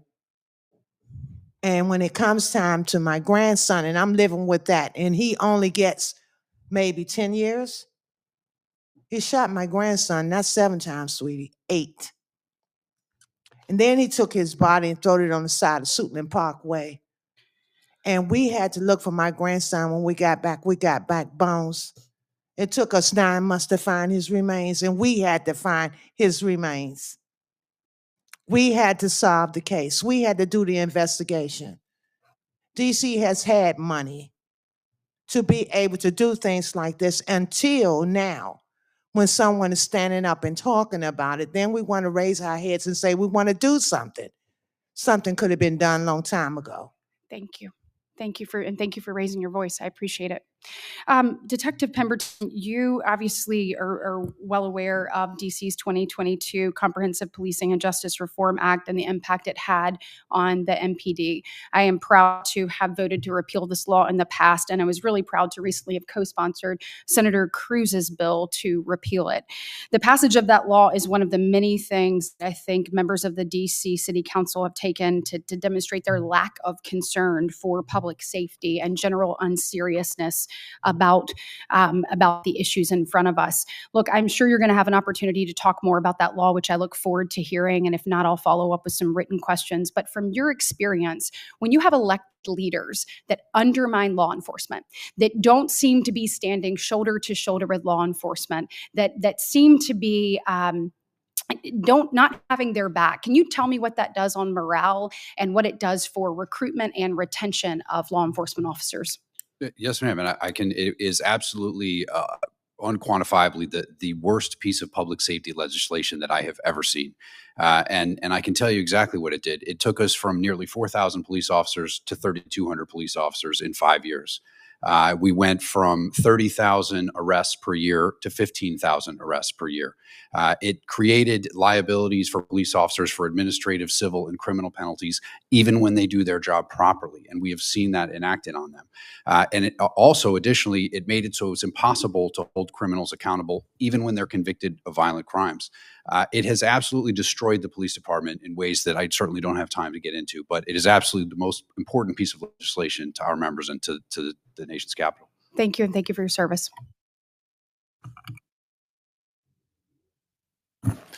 Thank you, Mr. Chairman. Let me begin by also offering my condolences to Ms. Cook, as not just as a senator, but as a parent. My heart goes out to you, and we feel you and appreciate you being here today. But I also want to ask the committee to kind of just take a step back and recall what the theme and supposed focus is of this hearing today, because as I've been monitoring, I can't help but take away the false political narrative that blames crime in America on so-called, quote, blue cities, while conveniently ignoring some facts. Because the truth is that Republican-led states have had murder rates 50% higher than Democratic-led states for decades. Look at the stats in Mississippi. Look at the stats in Alabama. Look at the stats in Louisiana. Yet we don't hear President Trump calling for the deployment of National Guard troops or the Marines or any federal agents into Jackson or Baton Rouge. Instead, the Trump administration has chosen to target cities like Los Angeles and Washington, D.C., and Portland, and they're threatening others, not because these cities were uniquely unsafe, but because their residents had the audacity to vote for a candidate for president other than Donald Trump. Now, in my home state of California, I can cite example after example of how we've invested at the state and local level, not just in police, yes, that's important, but also in crime prevention strategies, community-based policing strategies, mental health programs, gun safety initiatives. And those investments work when taken together. Los Angeles saw a 27% drop in homicides thanks to these strategies. That's what real smart public safety efforts look like. But by contrast, let's look again at what we've done here at the federal level. The Republican majority in Congress has supported cutting funding for the ATF by $400 million. Cutting funding, not augmenting ATF resources. They've rescinded over $1 billion in mental health and school safety funding, and even shut down the White House Office of Gun Violence Prevention. And at the same time, they've weakened background checks and effectively legalized machine guns by allowing certain weapons to bypass federal bans. Meanwhile, they're diverting resources away from counterterrorism and child exploitation cases and efforts to combat drug trafficking. And this committee has a responsibility to call out these facts. And as members of this committee, we must also defend the Constitution against executive overreach. Deploying federal troops and masked agents into American cities without lawful basis is not just a policy disagreement. It's a fundamental threat to democratic norms and the separation of powers between states and the federal government. My first question, General Enyart, as someone who commanded the Illinois National Guard, how do you view the danger of using Guard units or even active duty service members in cities like Los Angeles and Portland and Washington, D.C. for local law enforcement efforts? Thank you. Excuse me. Thank you, Senator. Well, as a commander of National Guard forces, former commander of National Guard forces, you need to understand that National Guard forces are not trained law enforcement officers. We may have a few police officers in our ranks who just happen to be cops in civilian life, but the vast majority of National Guardsmen are, and for that matter, the active duty forces, are not police officers. And MP units are trained in military response, military law, not civilian law enforcement. So it is a hazard. Given that, what risk do we face if the executive branch normalizes, or the Republican majority in Congress allows the executive branch to normalize unilateral use of troops in American cities? Well, there's clearly going to be a disconnect between American citizenry and the American military. The American military is designed to protect us from foreign enemies. It's designed to protect us, not to police our streets. That's what civilian law enforcement's for, and there are plenty of federal law enforcement agencies that can provide that response. Thank you. And one last question. I know my time is running out quickly here. Having learned from this experience in Los Angeles, which was clearly the test case for this administration, I have a concern about our national readiness. From a readiness standpoint, what does it mean when military resources are diverted from national defense and disaster response to conduct police civilian activities? Every dollar that you take away from or that you spend on a misuse of military force is a dollar that you don't have available for national defense, a dollar you don't have available to respond to the next Hurricane Katrina in New Orleans, or the next Mississippi River flood, or the next tornado in St. Louis. So it's spending resources that need to be allocated to where they're properly allocated, and that's to the defense of our great nation and to recovery from national disasters. Thank you. And just a final comment in closing. That's you pointed out some key examples from a Guardsman perspective, separate and apart from the Department of Defense, right? When Marines were deployed into Los Angeles, it took those Marines away from other critical missions imperative for our national security. So it's not just local communities, whether they're feeling safer or not, but whether we as a nation are more secure or not. Thank you, Mr. Chairman. Thank you, Mr. Chairman. You know, it's clear from this hearing the Democrat talking points have come out. Both Senator Padilla and Senator Booker spent a great deal of time talking about, quote, red states. There's a reason they were talking about red states, because unfortunately, most red states have blue cities, and that's where the crime is. If you want to look at in 2023, the large cities with the most homicides per 100,000 people, number one was New Orleans, Louisiana. Number two was Memphis, Tennessee. Number three was St. Louis City. Number four was Baltimore City. Number five was Washington, D.C. Democrat crime policies kill people. Soros DAs who let murderers out of jail kill people. When you don't prosecute violent criminals, innocent victims die. Right here in Washington, D.C., in 2012, murders in D.C. totaled fewer than 100. By 2023, murders had nearly tripled, 274 lives taken in a single year. These are the real-world consequences of Democrat crime policies that let murderers go. It is very simple cause and effect. If you release murderers onto the street, they will kill people, and they do it all across the country. And we need to understand these are not just numbers. Here are some of the faces behind those numbers. Edward Korestein, 19, brutally assaulted during a carjacking attempt in D.C. Eric Tarpinian Jackham, 21, a young congressional intern gunned down in the capital city. Honesty Cheadle, 3 years old, just a toddler, killed by stray gunfire. Sarah Lynn Milgram, 26, and Yaron Lachinsky, 30, Israeli embassy staffers newly in love on the verge of engagement brutally murdered. Mike Gill, 56, a husband, father of 3. Former Trump administration official shot in cold blood during a D.C. carjacking rampage. These aren't just names. These are sons and daughters, husbands and wives, parents and grandchildren. Mrs. Cook, thank you for being here. Thank you for sharing the unbelievable pain and loss that you have endured through the loss of your grandson. I'm sorry that happened. Your grandson should have been protected. The city should have protected your grandson. He should still be alive. And tragically, this pattern keeps on happening. Now, Senator Booker also said we should have bipartisan agreement. I think that's a great idea. We should have bipartisan agreement. How about we all come together and say, let's stop murders? How about we all come together and say, let's stop rape? How about we all come together and say, let's stop attacking pedophiles?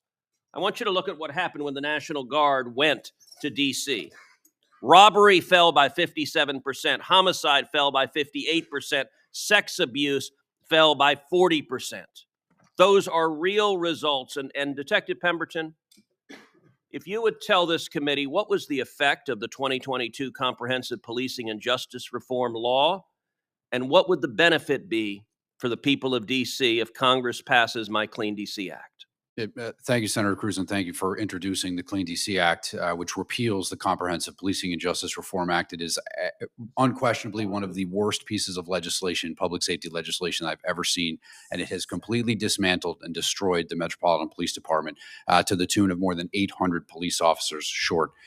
It has eliminated their bargaining rights. It has eliminated their due process rights. It has changed the use of force policy so that facts unknown to officers can be used against them in charging them criminally. It exposes all of their personnel records to public databases. I could go on and on. It is an 86-page bill. Each subtitle in that bill is worse than the last, and it was designed to defund and destroy the police department. It was designed to hamstring police officers and make sure that criminals, even when convicted, would be protected from being held accountable. Repealing that bill is everything. It is the alpha and the omega of fixing criminal justice in the District of Columbia, and we must repeal that as soon as possible. This is what we have been shouting from the rooftops for 5 years. We knew it when we saw the language in the bill that it was going to be devastating. No one would listen to us. And thankfully now, thanks to your bill and Congressman Clyde's bill on the House side, we can actually get this bill repealed so we can get back to fixing the police department and bringing crime down permanently in the nation's capital.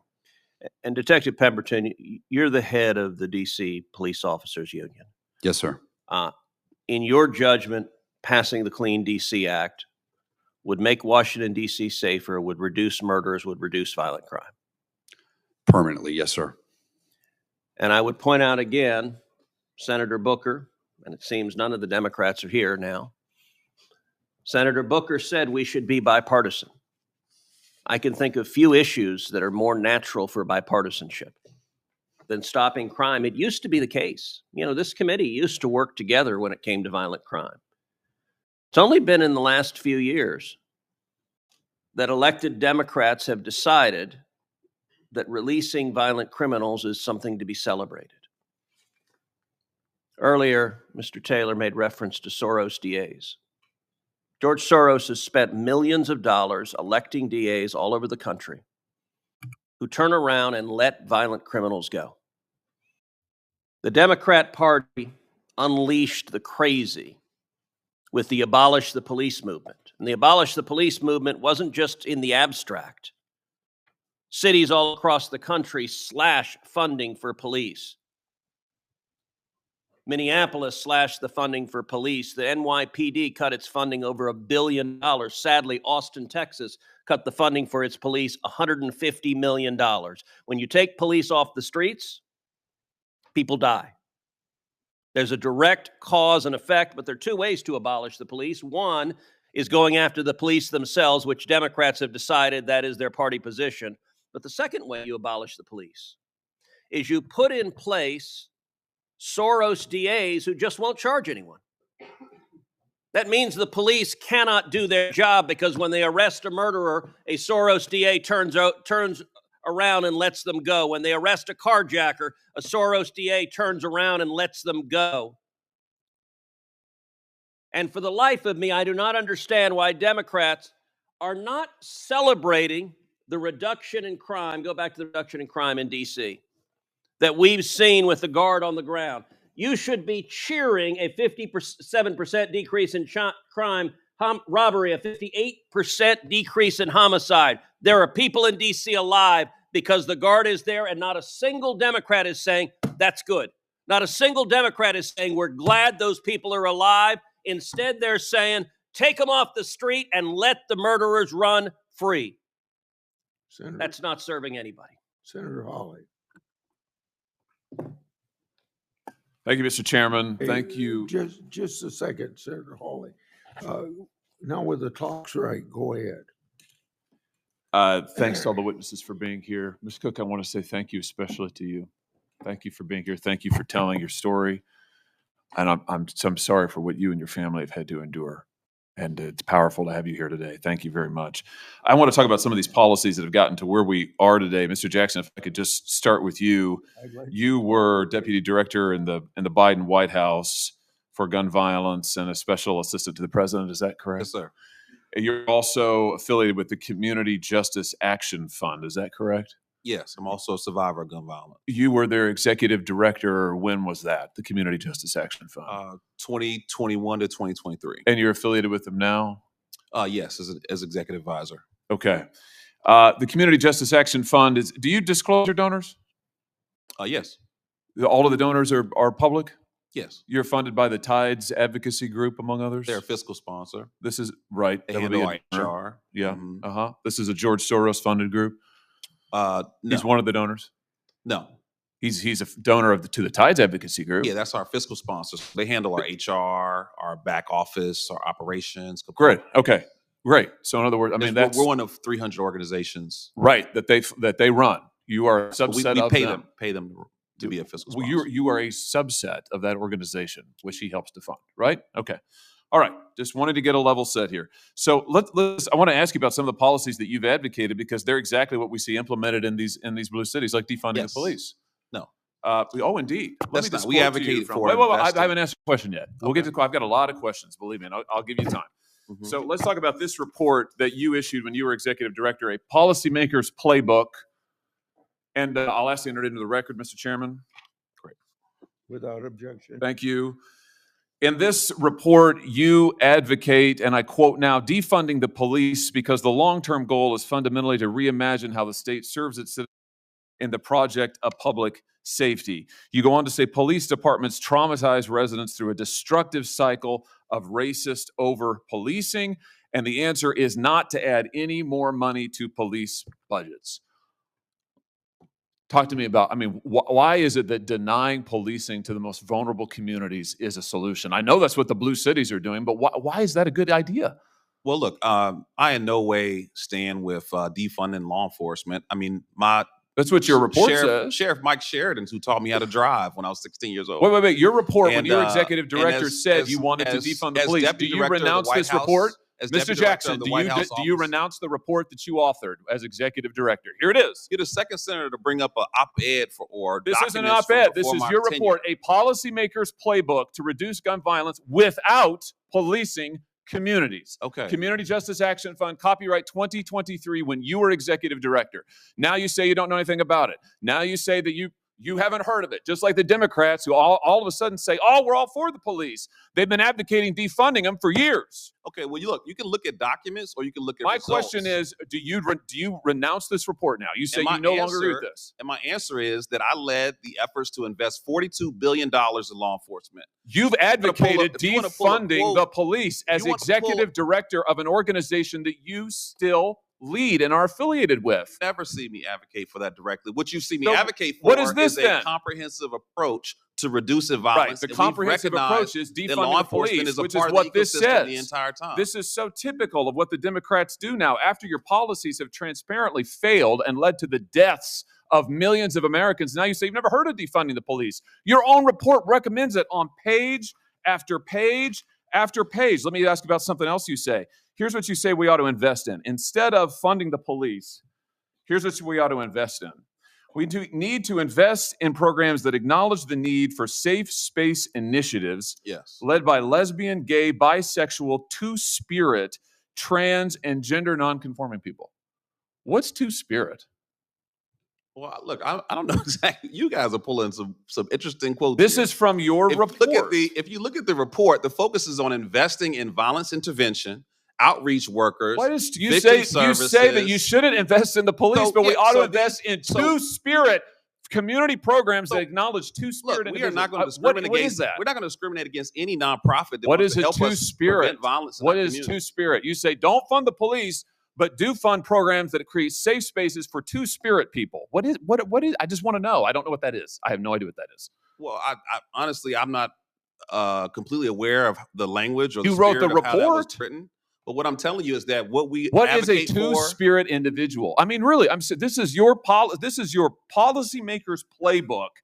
You are the witness called by the Democrats on this committee, so I assume you reflect their views. Well, you don't want to fund the police. You want to fund safe spaces for two-spirit individuals.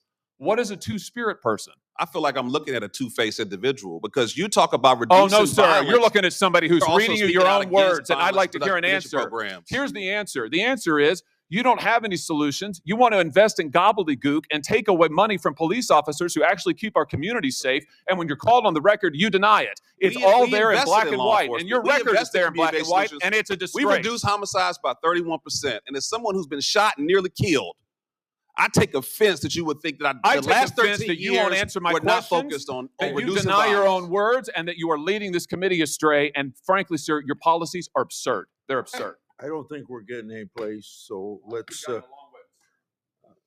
We can keep going. Senator Whitehouse. Thank you very much. I have the following information from the Council of State Governments and the FBI, and that is that Alaska, Tennessee, Arkansas, Louisiana, Missouri, and Kansas all have violent crime rates in 2024 that are worse than Illinois. And Memphis, Little Rock, Cleveland, Kansas City, St. Louis, and Dayton all have worse violent crime rates in 2024 than Chicago.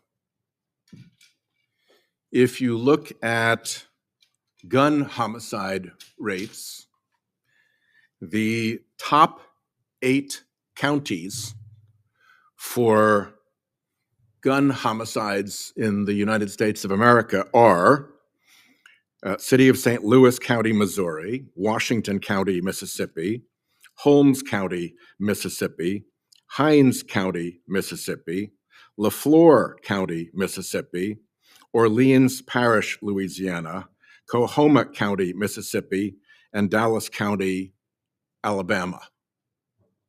So I think the people in those places have just as much of a right to a safe community as folks in Chicago do.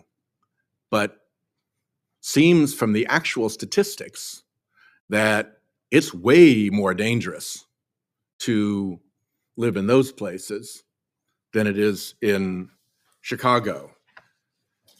I also want to say, having been the U.S. Attorney for my state of Rhode Island, and having been the Attorney General, those of you who don't know Attorneys General may not know that there are 3 states where the Attorney General has full criminal jurisdiction: Delaware, Alaska, and Rhode Island. No DAs. It all came through me. So we worked a lot on crime issues and on community policing issues. And here are some of the results that were achieved after the transition to community policing began and after the engagement with the Providence Police and the community improved. From 1990 to 2024, decreases in total violent crime down 73%. Robbery down 87.5%. Aggravated assault down 63%. In property crimes, overall down 81%. Burglary down 95%. Larceny down 66%. Vehicle theft down 91%. These are transformative numbers. And behind them are people's lives that were not burdened by crime because the Providence Police did a very good job of transitioning to a new way of policing. And behind them came our court system. We now have a drug court. I actually flipped the switch that kicked that loose when I was Attorney General. We now have a veterans court.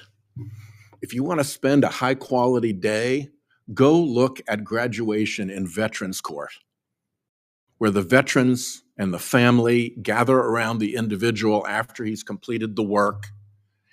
And instead of going out the back door in handcuffs, he's going out with his family into the hallway to go home with very, very low recidivism rates. We've even started a mental health court to deal with the interaction between mental health issues and criminal activity and engagement with law enforcement. So we know what works. We've proven what works. We didn't need soldiers running around on our streets to make it work. We made it work because the Providence Police and other Rhode Island departments, but Providence is our major metropolitan area, so I focus on them, because the Providence Police changed their way of doing business. And I can attest that community relations between all the different elements of our community in Providence and the Providence Police are pretty excellent. So good that our former police chief was brought down to DOJ to run the police relations for the Department of Justice. So there's a way to do this. Doesn't require yelling and shouting, doesn't require military deployment into streets, requires police officers doing the good job that they know how to do, backed up by courts that know how to make the distinction between somebody who's a real criminal and somebody who has a mental health issue, and somebody who's a veteran who needs more support, and somebody who needs a drug interdiction. We can do this better than we are, and I hope that my comments have been somewhat helpful in trying to reboot this conversation. Thank you, Senator Whitehouse. Now, Senator Tillis. Thank you, Mr. Chairman. Thanks, everybody, for being here. Mr. Pemberton, I've watched a lot of the testimony and questions in my office before I got here. And I think you did a good job of responding to the question about the January 6th violence. But let me tell you, I think every single person who got pardoned, who was convicted, clearly convicted of assaulting a police officer, I think should still be in prison if their term went beyond today. And I think it was a horrible statement made to the Capitol Police to do anything else. There were a lot of people, and the thing in this committee where people raised their voices and kind of talked past each other, they didn't mention that there were several people that were over-prosecuted, probably shouldn't have been in prison, shouldn't have been put to the expense. But man, there were a lot of people that should still be in prison. And Ms. Cook, I'm sorry for your loss. Washington, D.C. to me strikes me as a unique jurisdiction where I believe that the president was absolutely right to surge resources here to settle down the situation. I've lived here in this city in my capacity as a senator for the last 10 years. And Ms. Cook, I was over in Northern Virginia before I moved down to North Carolina. And I've seen the ebb and flow of crime here. And I'm glad that the president did what he did here to make our community safer, your community safer. I'm very sorry about the grandson. But Mr. Taylor, I got a real problem with this idea of us going to various states. I had a brother actually serving the legislature in Tennessee. I grew up in Tennessee. Go Vols. They're having a decent season for a change. But I was Speaker of the House in North Carolina. And to be honest with you, if I saw the President of the United States surging resources in North Carolina as the Speaker of a House when I had a supermajority, I'd consider it a personal failure on my part, that I hadn't figured out in working with the governor how to make my state safer. And the reason I say that is that I agree to a certain extent with the testimony on the National Guard. I've spent a lot of time in communities, and I know that law enforcement, Mr. Pemberton, I want to ask you a question about this. It's a lot like you hear with special operators operating in very dangerous places around the world. That you need community engagement. You need law enforcement officers on the street that are actually welcomed by the community. They're out there. They know the people, the de facto leaders, the people that give them an idea of where the unsafe places are. So it's not just about the strong arm of law enforcement. It's the right balance. Do you agree with that? Yeah, absolutely. I think it's very important that we have the ability to interact with the citizens, to communicate with the citizens, develop those relationships. So I guess the question I have is, why in the hell are we letting off elected officials in Memphis and other cities who are failing the people that elected them? Why are we letting them off? Mr. Taylor, why should I let the mayor of Memphis or the mayor of Bolivar or the mayor of several other cities that have an incident rate that's unacceptable? Why should I allow federal dollars and resources beyond the joint task forces that go on every day in Tennessee and North Carolina? Why should you all welcome, number one, acknowledge that Tennessee can't get it done without federal intervention, and number two, let these liberal elected officials off the hook and mask a systemic problem that's going to come back the minute the National Guard goes away? Why is that a good thing?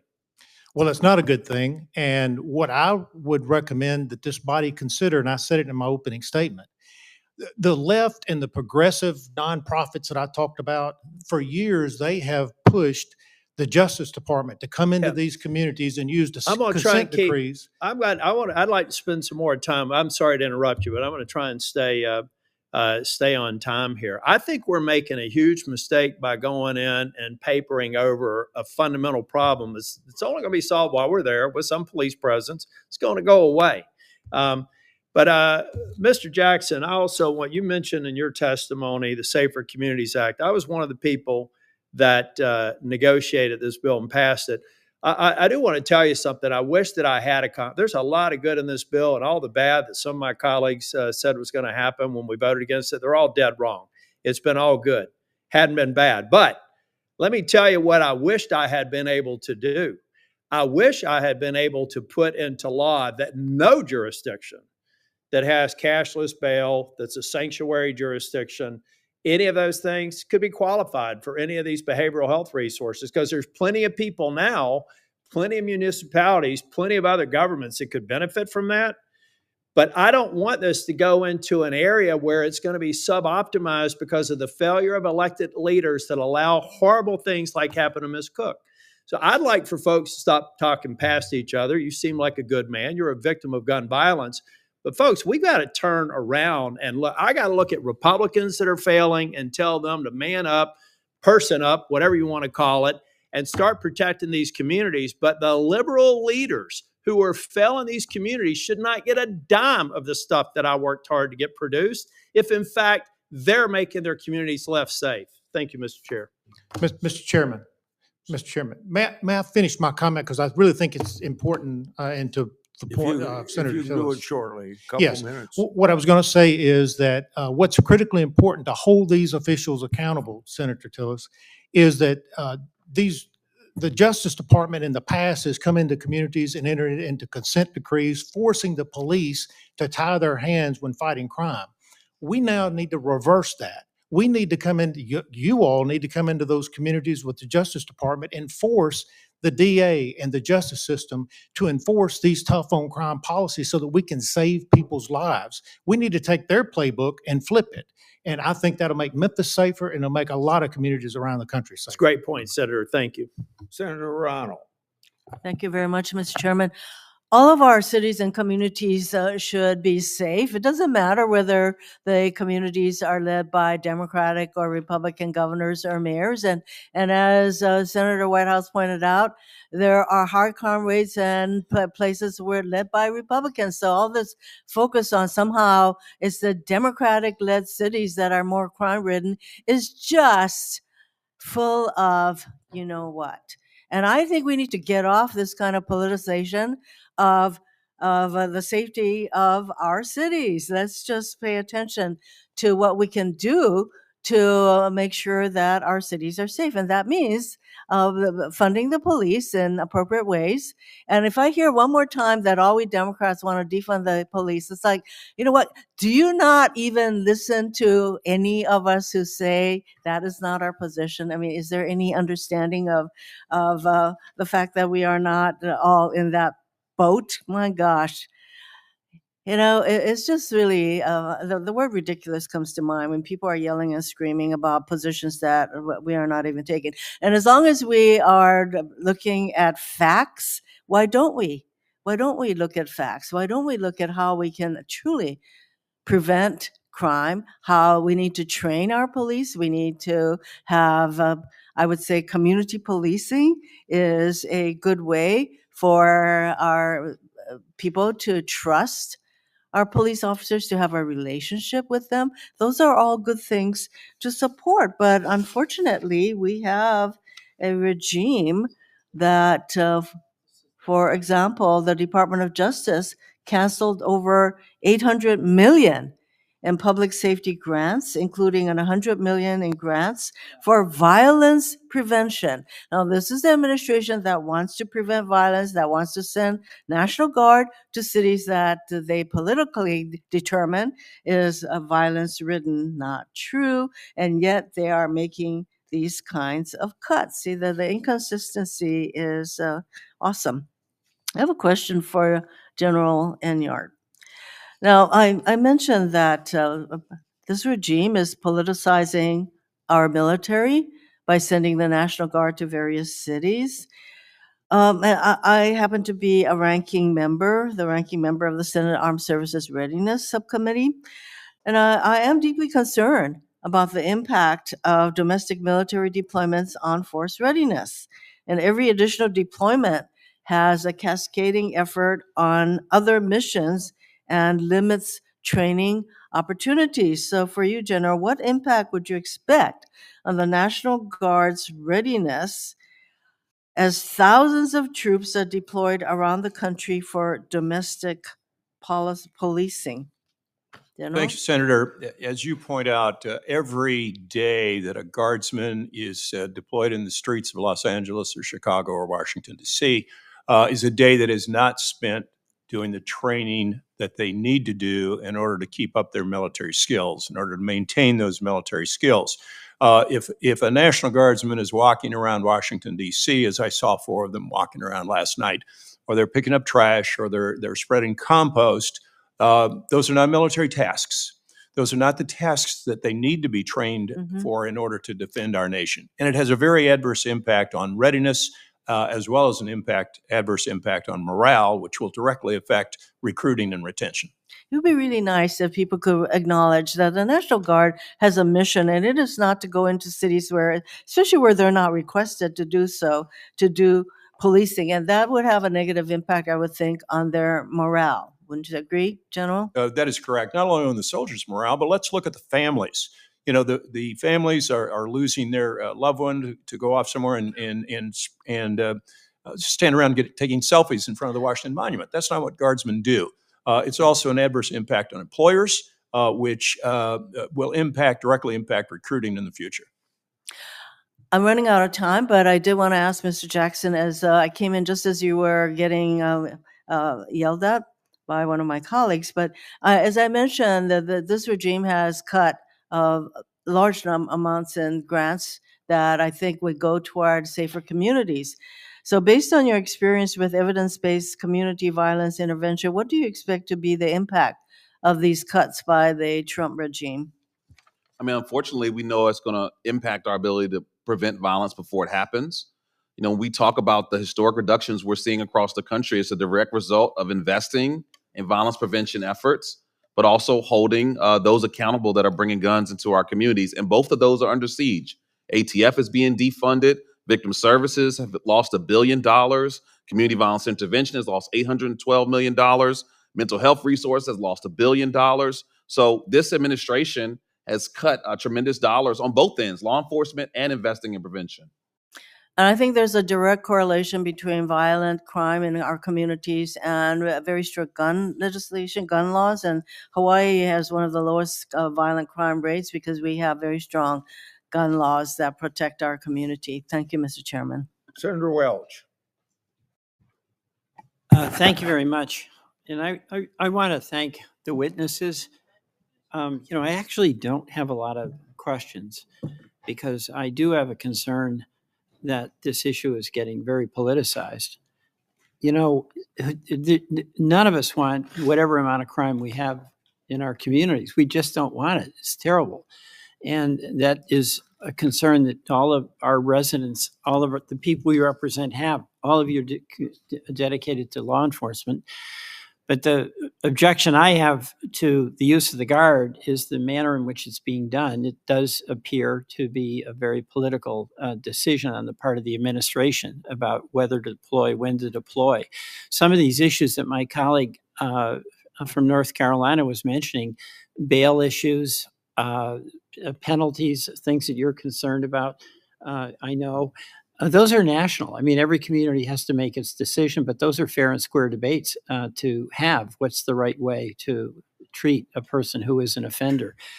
But, Mr. Chairman, one of the things that I notice is that we get into this political debate about this when, in fact, there's contradictions here. The per capita murder rate in states run by Republicans is 50% higher than it is in Democratic states.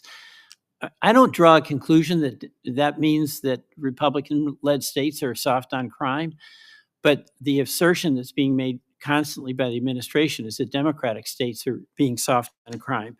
In Vermont, we spend a lot of money on law enforcement. It's a big deal in our state, even though we have a relatively, fortunately, lower crime rate. Vermont spends $368 per capita on policing. That's what we spent in 2023. That's more than was spent in Iowa, South Carolina, Texas, Utah, and Alabama. The other thing that is troubling to me is our local law enforcement, like in Vermont and I know in Iowa, they have been beneficiary of some of these federal grants. Made a real difference when I talked to some of our police chiefs. They've made a real difference in their capacity to be responsive and to get the best training possible. And the Department of Justice cut 373 anti-crime grants unilaterally. I'm pretty upset about that. And my understanding, Mr. Chairman, you get your phone calls returned from the White House. So my understanding is you were able to intervene and help your folks in Iowa. So God bless you. I'm not sure I get the same reception when I call the White House, right?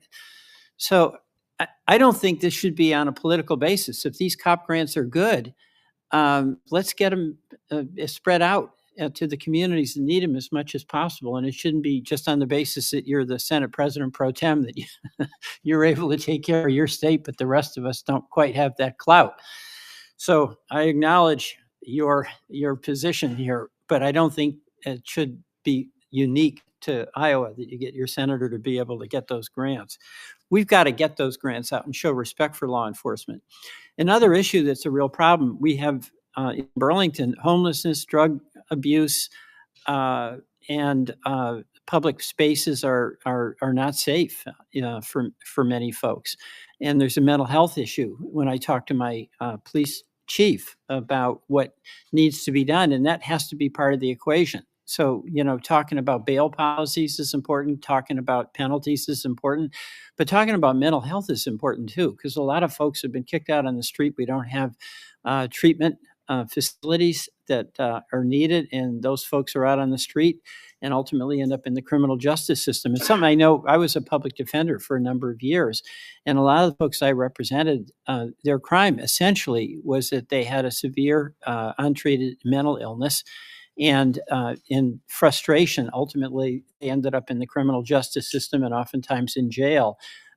When everyone acknowledged that this was a mental health more than a criminal conduct issue. So I feel sad, frankly, about the politicization of this issue and sending Guard. And we have wonderful National Guard in Vermont, but like you were saying, they're trained for military missions. And in fact, they serve with great distinction in Iraq and Afghanistan. And we, as a rural state, have that situation that rural states often have where our enlistment rate, our volunteer rate is high because people really want to defend the country and do that.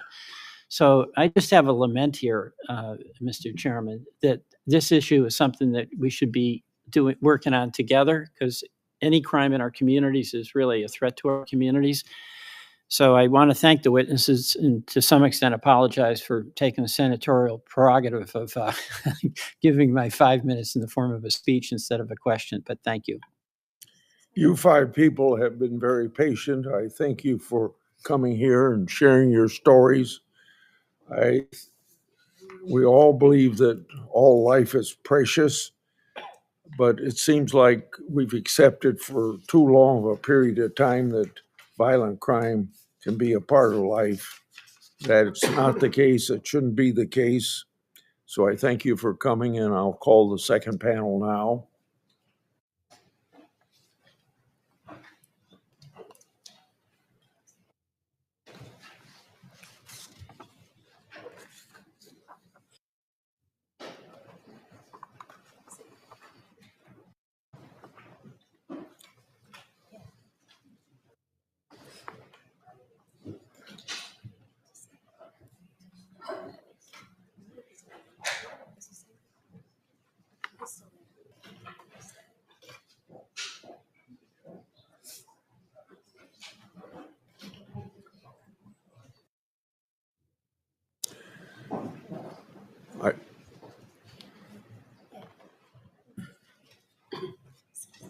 I think before the panel sits down,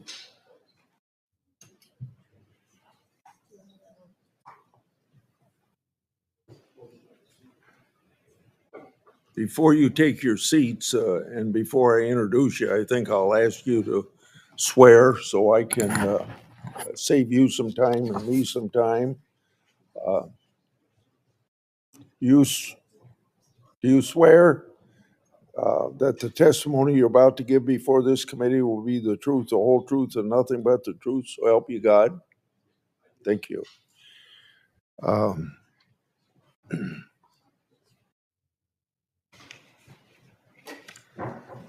Mr. Goumenis has a 3-year decade career in law enforcement, working with the Radford and Norfolk, Virginia police departments. He joined DEA's Miami Division 2004 and has still remained there. The DEA has had a great success this year. Just between the 4 days of August 25th and 29th, Mr. Goumenis, Washington Division, reported 25 arrests, seizures of 41 firearms, $350,000 in money and assets, 378 kilograms of illicit drugs. Looking outside of the district, DEA's Chicago field office seized multiple kilograms of fentanyl and 25 firearms from 2 Chicagoans' residences and their storage unit earlier this week as part of Operation Take Back America. Mr. Marketos has been with the Marshal Service since 2022, has done extensive work across the Capital Region on fugitive apprehensions and missing child recoveries. Since August, the Capital Area Regional Fugitive Task Force has apprehended an alleged M13 member who harbored a 16-year-old girl that's been reported missing, and 3 suspected gang members, one of which was wanted for first-degree murder. Operation Making the District of Columbia Safe and Beautiful made over 1,000 arrests, seized 115 illegal firearms in just 19 days. Looking at Chicago last week, the Marshal Service recovered a missing child from Rochester in company of two adult men who were in the country illegally. I'm sure the girl's parents are grateful for the Marshals' work to bring their daughter home. In Tennessee, Operation Memphis Streets led to the arrest of 141 violent fugitives, including 14 wanted for homicide, and clearing 163 arrest warrants in Memphis. I appreciate both of your leadership in combating crime and looking forward to hearing your testimony. I'm going to allow the person that wants to speak for 5 minutes to speak for the agency, since you gave one report for the whole administration instead of two separate statements. So whoever wants to go for 5 minutes, and then the next one will have 1 minute. Proceed. Chairman Grassley, Ranking Member Durbin, and distinguished members of the committee, thank you for the opportunity to appear today regarding Operation Making DC Safe and Beautiful. As the United States Marshal Service Acting Associate Director for Investigations, I am honored to appear before you today and to represent an agency with a storied history of upholding the rule of law. I have had the pivotal opportunity and a pivotal role in Operation Making DC Safe and Beautiful. I am responsible for managing the investigative functions for the United States Marshal Service, ensuring federal law enforcement is optimized to work together interagency with the Metropolitan Police Department. Protecting the District of Columbia has been a part of my life and my professional career. It was almost 22 years ago that I was promoted to become a criminal investigator and assigned to District Court in the District of Columbia. During my time at DC District Court, I was selected to serve on the Capital Area Regional Fugitive Task Force as a team leader, directing teams of federal, state, and local law enforcement officers conducting fugitive apprehension missions. Just 2 years ago, I was honored to be designated as the acting United States Marshal for the District of Columbia. During my tenure, I worked extensively with federal and local law enforcement partners. Every day from coast to coast, U.S. Marshals arrest hundreds of violent fugitives as we work side by side with our federal, state, and local partners. Our district and regional fugitive task forces are a model of how federal resources and expertise complement state and local efforts to reduce the scourge of violent crime. This partnership is the core model we are using in Operation Making DC Safe and Beautiful. The Metropolitan Police Department identifies the areas of violent crime, and using our additional federal resources, we act as a force multiplier to focus law enforcement on criminal activity. Federal officers are working seamlessly beside MPD to patrol, respond, and identify the drivers of crime. The National Guard provides administrative support, and their presence frees up other officers to focus on law enforcement. I am proud to report to you today that our effort is working. Since the operation began on August 7, we have sharply reduced crime in the nation's capital. There has been a 39% drop in violent crime since we started this operation.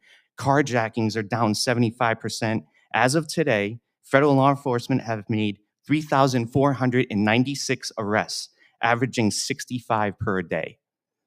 These include charges for 13 homicides, 284 firearms violations, and 472 narcotics offenses. Our teams have seized 302 firearms. Every gun seized is a removed threat to the community. We have apprehended 25 gang members, including high-risk targets, and recovered 10 missing children, safeguarding the most vulnerable among us. These results are not just statistics, they resonate in crime-ravaged communities. During this operation, Deputy U.S. Marshals have heard nothing but appreciation from DC's residents. A community long in pain is now healing. The gratitude of residents highlights the operation's real impact on daily lives. A major faction in DC public safety crisis is the soft on crimes policies. These endanger residents by failing to hold criminals accountable. As law enforcement veterans know, without accountability, offenders will re-offend. I urge Congress to consider legislation that will help hold DC criminals accountable. Policies like cashless bail release most arrestees without monetary conditions, creating a revolving door for violent offenders. This burdens officers, including Deputy U.S. Marshals, recapturing the same individuals often for identical crimes. It wastes resources, endangers communities, and erodes police morale. For instance, among our thousands of arrests since August 7, we've faced repeat offenders like an MS-13 gang member with 7 prior convictions. The DC Safe and Beautiful Task Force, partnering with the U.S. Attorney, ensures that dangerous arrestees are held accountable. We've deployed 83 multi-agency teams across DC's 7 patrol districts, collaborating with local and federal partners to hit crime hotspots flagged by MPD intelligence. Our officers boost presence and visibility, ensuring violent offenders face justice. These gains stem from our unified command's efficiency and our alignment with President Trump's vision for a safe and beautiful capital. We're proud of the 22 agencies supporting this operation. I especially want to recognize major federal contributors such as the DEA, FBI, ATF, U.S. Park Police, ICE, and Homeland Security Investigations, among other partners who serve alongside the U.S. Marshal Service. We thank President Trump for deploying the National Guard as a force multiplier for logistics and visibility. I also commend Metropolitan Police Department leadership and the Mayor's Office for embracing federal partners, maximizing the value of every officer on the streets. This federal-local synergy proves collaboration transforms public safety. U.S. Marshal Service Director Serralta has been tasked with this coordination of the overall federal response. Under his leadership, we stand united with our partners to make Washington, D.C. a safe and proud capital again. We're catching criminals, ending catch and release, and ensuring the capital is free for its residents, visitors, and commuters. Thank you for your support, and I look forward to your questions. Mr. Goumenis. Chairman Grassley, Ranking Member Durbin, and members of this committee, thank you for holding this hearing today. Before I begin my remarks, I want to address the violence that has occurred over the past year. Political shootings have shaken our nation, from the 2 assassination attempts on then-candidate Trump to the more recently the shootings of Minnesota state legislatures, Charlie Kirk, and the targeting of ICE agents. We don't solve our differences with bullets in this country. We solve them by talking, by listening, and by coming together in hearings like this one to face the hard truths and find solutions to keep our communities safe. I come before you with over 28 years of law enforcement experience. I began my career, as the chairman stated, with the Norfolk and Radford City Police Departments. I joined DEA in 2004 as a special agent. Since then, I've served in the Atlanta Division, Raleigh District Office, DEA headquarters in both the Office of Inspections as well as the Office of Professional Responsibility, and most recently here in Richmond, Virginia. Throughout my career, I've established joint task forces to address international narcotics smuggling and money laundering, as well as local community issues like violent crime and drug trafficking. It has been my life's work to tackle violent crime, drug trafficking, and money laundering domestically and abroad. Washington, D.C. should be the safest city in America. Instead, in recent years, it's become a place of fear. This past June, a congressional intern was gunned down just blocks from the White House, and 2 embassy staffers were murdered. Just recently, an off-duty firefighter, Washington, D.C. firefighter, was gunned down. Unfortunately, these are not isolated incidents, but signs of a capital city in crisis. This is not the capital worthy of our nation's pride, and nor is it the standard safety and dignity our capital should represent. We need a capital that reflects the strength and the security of our republic.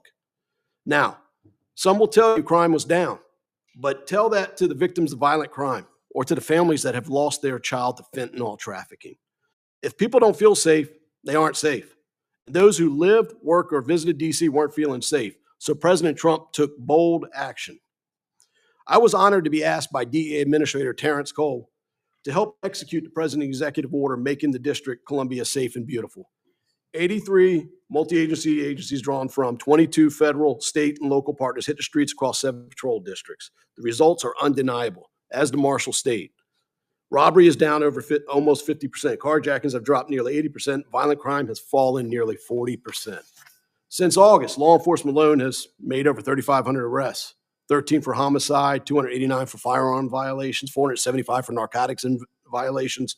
We've seized 339 firearms in the district, arrested 28 known gang members, including members of the MS-13, and recovered 10 missing children and cleared numerous danger encampments. These are real results. These save lives. We've had success, but success cannot and should not be undermined by the continuation of DC soft on crime policies and a culture of leniency where police risk their lives to take criminals off the street only to see those offenders back out the next day. And in some cases, before we even finish processing evidence. This is a betrayal of law enforcement, a betrayal to our officers. Every time an offender is released, Mr. Grassley, without consequence, it strengthens the criminal ecosystem like the cartels such as Sinaloa and CJNG feed upon and exploit. These cartels and foreign terrorist organizations flood our streets with fentanyl and methamphetamine, profiting from addiction and death. These organizations play a part in the crime that has plagued DC. In the past several weeks, during targeted operations on the top of the work being done by the executive order, DEA has made more than a dozen arrests in the district on individuals with ties to Sinaloa and CJNG. As part of the arrest, we seized over 125 kilograms of fentanyl, cocaine, and marijuana, and we've taken more than 20 other firearms off the street related to these cartels. Thank you, Mr. Goumenis. You've been in law enforcement. I'm asking my first question of you. You've been in law enforcement for 30 years, working in areas with progressive prosecutors and soft on crime policies. You've even served local police departments, as you and I both said. How have soft on crime policies and progressive prosecutors impacted investigations that you've worked on? Thank you, Chairman Grassley, for that question. Since approximately 2020, law enforcement has began to move away from proactive policing, or what we call in the field the broken windows theory policing, to more of a reactive way of policing. This movement was sped up after several high-profile critical incidents involving police in the summer of 2020. Lawmakers, prosecutors, and even police officials passed policies and procedures limiting the patrol officers' ability to engage in proactive policing. Prosecutors began scrutinizing arrests as well as requests for indictments by different branches of law enforcement. There became a practice of releasing criminals immediately after an arrest rather than keeping them incarcerated. Legislatures followed suit by passing cashless bail or pushing for people to be released on personal recognizance bonds, regardless of the crime committed. This practice has allowed for a revolving door of criminals in and out of the justice system in prisons. Incarcerations have been shortened, sentences have been reduced, criminals have become emboldened. Criminals started no longer fear arrests, convictions, incarcerations. In worst case, morale for our officers have dropped. Here in DC, the DC Superior Court routinely releases criminals on a personal recognizance bond, shortly right after they've been arrested. As I stated earlier, most of the time they're released before my agents even finish processing evidence. I'll give you an example. August 24th, 2025, in the middle of the Making DC Safe and Beautiful surge, a defendant was arrested by Metropolitan PD in support by my agents and other federal agencies. And the person was arrested with possession of crack cocaine, possession of fentanyl, and a stolen firearm. This individual had a very long criminal history to include several armed robberies. One of my agents was notified of the arrest and operating in a support role, worked with the District of Columbia United States Attorney's Office to obtain an arrest warrant and pull the case out of DC Superior Court and bring it into federal court. Within one day, we obtained a warrant for the individual. We went over to DC Superior Court to serve the warrant, and the individual had already been released. With a criminal history such as multiple criminal robberies. I think you've satisfied my answer to that question. I want to go to Mr. Marketos. The task force that you're a member of here in Washington was tasked with making the failed DC crime lab fully accredited after losing that accreditation under the district's leadership. Thanks to an external audit, it was exposed that the district officials found the lab engaged in fraudulent behavior and misrepresentations, deliberately concealed mistakes, and failed to address the alleged misconduct by examiners. What progress is being made to bring the lab back into full accreditation? Senator, thank you for your question. Within the U.S. Marshal Service, we don't have any purview over the DC Crime Lab. Having previously served as the acting U.S. Marshal for the District of Columbia, I was aware that DC's Crime Lab had lost certification, but I'd be happy to take back that question back to the DOJ so we can follow up with an answer for you. But please do that. Mr. Goumenis, critics of the Trump administration immigration efforts claim that the agents are arresting peaceful migrants without any connection to crime or criminal backgrounds. How do you respond to that? And in answering my question, can you explain how hard it is to access foreign criminal history? Thank you, Senator, for your question. Let me premise this by saying DEA's first priority is drug investigations. We always prioritize them. When our brothers and sisters at the Department of Justice or in Homeland Security request our assistance, we'll always answer the call. DEA will always support our federal brothers and sisters. Homeland Security has asked us, but we're strictly in a support role, and we assist the Homeland Security in their Title VIII investigations. Now, I am fortunate, being at the Washington Division office, that I have Homeland Security special agents as well as ERO officers assigned to my federal drug task forces. So again, they're the leads. We assist, provide them security, and any leads that are generated from those, I would have to refer you back to the Homeland Security because, again, our priority being drug investigation, Senator. Thank you, Senator Durbin. Senator Moody's going to take over for me so I can go to another meeting. She's tough on time. Okay. So I better hurry up. Go ahead, please. Thanks for being here. I'm going to ask you both the same question applied to your agencies, DEA and U.S. Marshals Office. How many fill-in-the-blank U.S. Marshals personnel, DEA personnel, have been assigned additional immigration enforcement work or reassigned entirely to immigration enforcement since the start of this year? Mr. Marketos? Yes, Senator, thank you for that question. We have seen, or at least I have seen within the purview of my supervision over the agency's investigative functions, that we have utilized and leveraged our investigative resources towards assisting our DHS partners with immigration enforcement efforts. I want to make it abundantly clear, though, the number one priority as... Can you give me a number? How many? We hear it's 1,000. Is it 1,000? As far as agents of the U.S. Marshal Service, I believe it was in the low 200s, sir. Out of a total U.S. Marshal Service complement of what number? Yes, sir. How many total?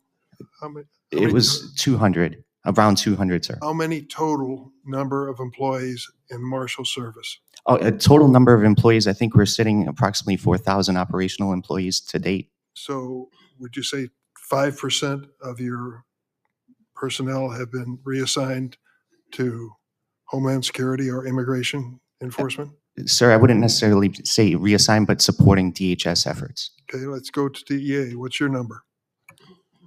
Senator, I can speak to just for the Washington Division office, which is the office that I'm the special agent in charge of. Okay. How many total employees going into the year? Into what city? Because I cover 2 states in the district, sir. You define, okay, please. So DC Nova area, here in the capital area, approximately 7 agents.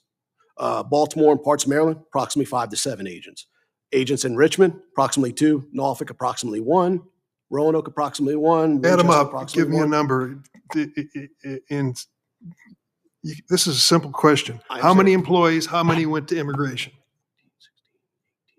Approximately 20. Out of how many total? Out of my entire division, I have approximately 150 special agents, but I also have I have a very robust task force officer program. I have over 180 task force officers.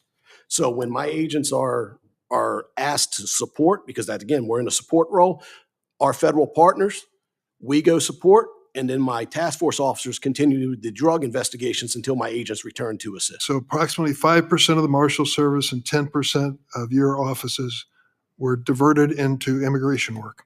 10% seems a little bit high if you count my task force officers. Well, you said 20 out of 180. I'm trying to get you to tell me some numbers, but I'm going to stick with those. So has this had any impact on the question of drug prosecutions in this last year? No, sir, at all. Because again, I have a robust task force officer program, and those 180 task force officers maintain my Title VIII investigation. Reuters story, September 29th, 2025. The number of people charged with breaking federal drug laws dropped to the lowest in decades this year after the Trump administration ordered enforcement agencies to focus on deporting immigrants. A Reuters review of nearly 2 million federal court records found. So far this year, about 10% fewer people have been prosecuted for drug violations compared to the same period of 2024. Court records show a drop of about 1,200 cases and the slowest rate since at least the late 1990s. So there is a natural concern that this so-called big and beautiful mass deportation is diverting resources that could be used for stopping drug trafficking and crimes. And they go on to say, the pullback was more dramatic for the types of conspiracy and money laundering cases often used to pursue high-level traffickers. The number of people charged with money laundering dropped by 24% this year. So we're paying a price for the great, beautiful mass deportation, despite the fact that 70% of the people who have been stopped by the Office of Homeland Security and accused of drug crimes and, of immigration violations, 70% of them have no criminal record. Would you like to comment on that? Senator, I appreciate your question, and I did read that article in question. I just saw it this yesterday morning. We at the DEA and in Washington Division, we arrest. We don't have any say in charging, and we don't always take our cases into federal court. A lot of times we take them into state and local courts as well. So again, if you have any questions about charging as well as the reduction of charges, I would refer you to my partners at the United States Attorney's Office. Listen to this hearing. If you listen to the hearing, I could come back and say, you're soft on crime. You're soft on crime. You're not prosecuting as many cases of drug violators as even under the awesome responsibility of Joseph Biden. You're not keeping up with that standard. Take it away. Thank you, Ranking Member.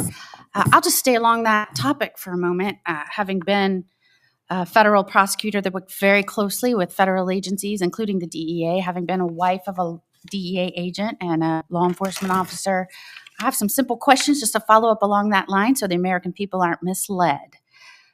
In fact, in many instances, especially within the DEA ranks, many of our drug traffickers and others who came into the country that went on to coordinate with cartels and other foreign nations, many are here illegally. Is that correct, sir? Yes, ma'am. And so with an administration that comes in and takes a look at the resources it has, both financially and with manpower, and decides to shift responsibilities, where if you were to encounter someone that was trafficking drugs within the United States, would this administration now say that person needs to be deported? Ma'am, it could go both ways. We could prosecute them first for the drug trafficking, depending on the level of narcotics that they're in possession with, their criminal history. But in many instances, they could be simply deported back to their home country so they couldn't continue to sell drugs within a community. Yes, ma'am, that does So happen. isn't it true that this administration has shifted resources in many respects? Some of the international water operations have been amplified and assisted by the military now. And in many instances, not just the DEA, but others are helping with those here illegally that are committing crimes, such as in Chicago right now, where they've surged resources to go after those here illegally with crimes, that have committed crimes, right? Ma'am, as the Washington Division SAC, I really don't want to speak to Chicago because that's a different division. All right, well, let me talk to you about Washington. Okay, thank you, ma'am. In Washington, it made perfect sense for the federal agents to assist in going after those that were here illegally that had criminal histories, correct? Yes, ma'am. And in your experience, those that are living here and have had to live in an environment high in crime with no one taking that seriously, were welcoming those efforts, correct?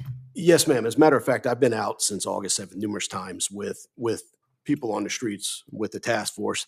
And I can tell you from firsthand, I've probably gotten more thank yous for being out on the street than anything else. I've also received numerous letters as well as verbal accolades for the DEA agents helping Metropolitan PD. Several of these letters that these officers have sent have been very nicely written, thanking us, and their main concern is when we leave.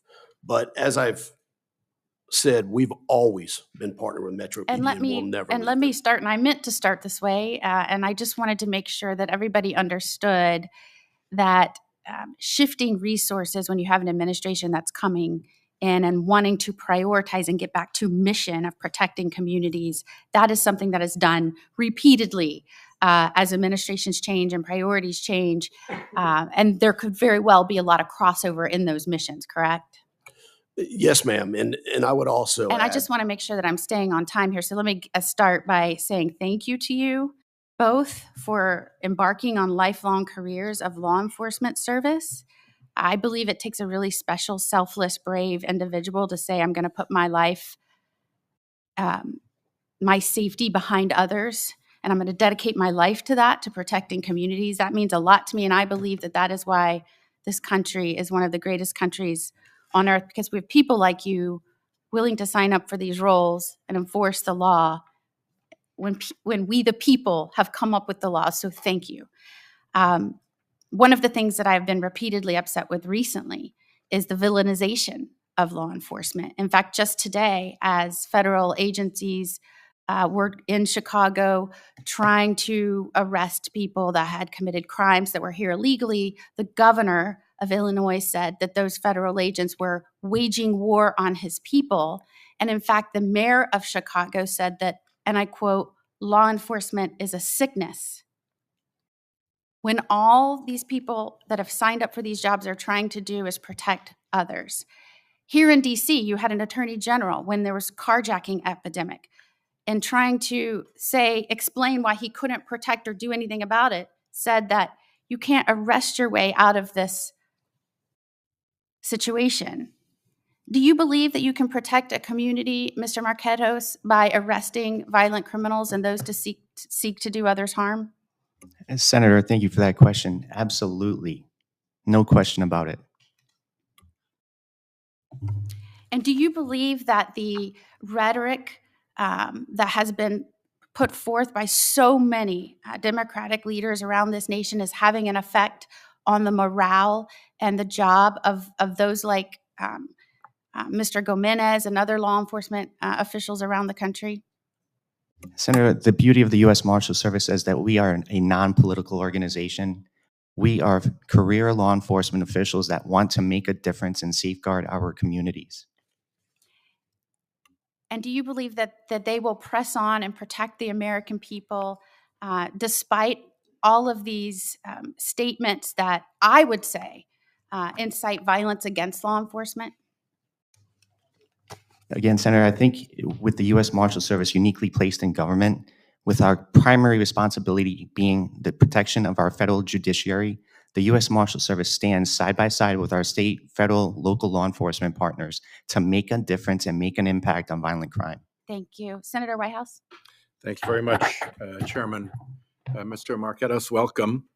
It is one of the jobs of the Marshal Service to provide protection to our federal judges. Is that correct? Senator, thank you for the question. Absolutely, yes. And it is a federal crime, for instance, under Section 115, to threaten a judge. Is it not a federal crime? Senator, off the top of my head, I don't know the statute, but it is a federal crime if you do threaten our federal judges.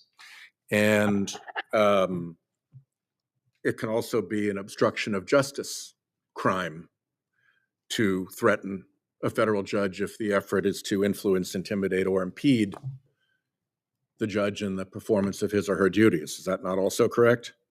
Senator, not knowing intimately the statute, I would concur that any violation or threats against our federal judiciary should be investigated to the fullest extent possible. Well, here, that's a perfect segue, because what we have is a threatening statute, and we have an obstruction statute that focus largely on the immediate issuer of the threat, the person who sent the threat.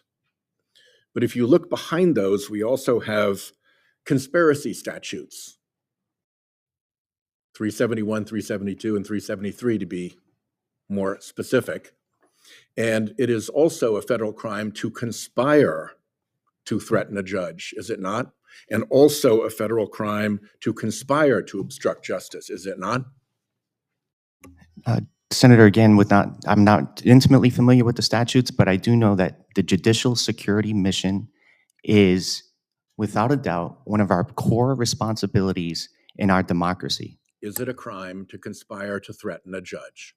Senator, I'm not, again, too familiar. If the investigative facts that are presented to the U.S. Attorney's Office dictate that that individual or individuals have threatened the federal judge, then they will pursue charges. Well, if you don't know whether conspiracy to threaten a judge is a crime or not, you may also not know whether obstruction of justice is a predicate act for purposes of the racketeering statutes. So I'll ask, is Section 1503 obstruction a predicate for a racketeering prosecution under Section 1962? Senator, again, I'm not intimately familiar with that statute that you're referencing.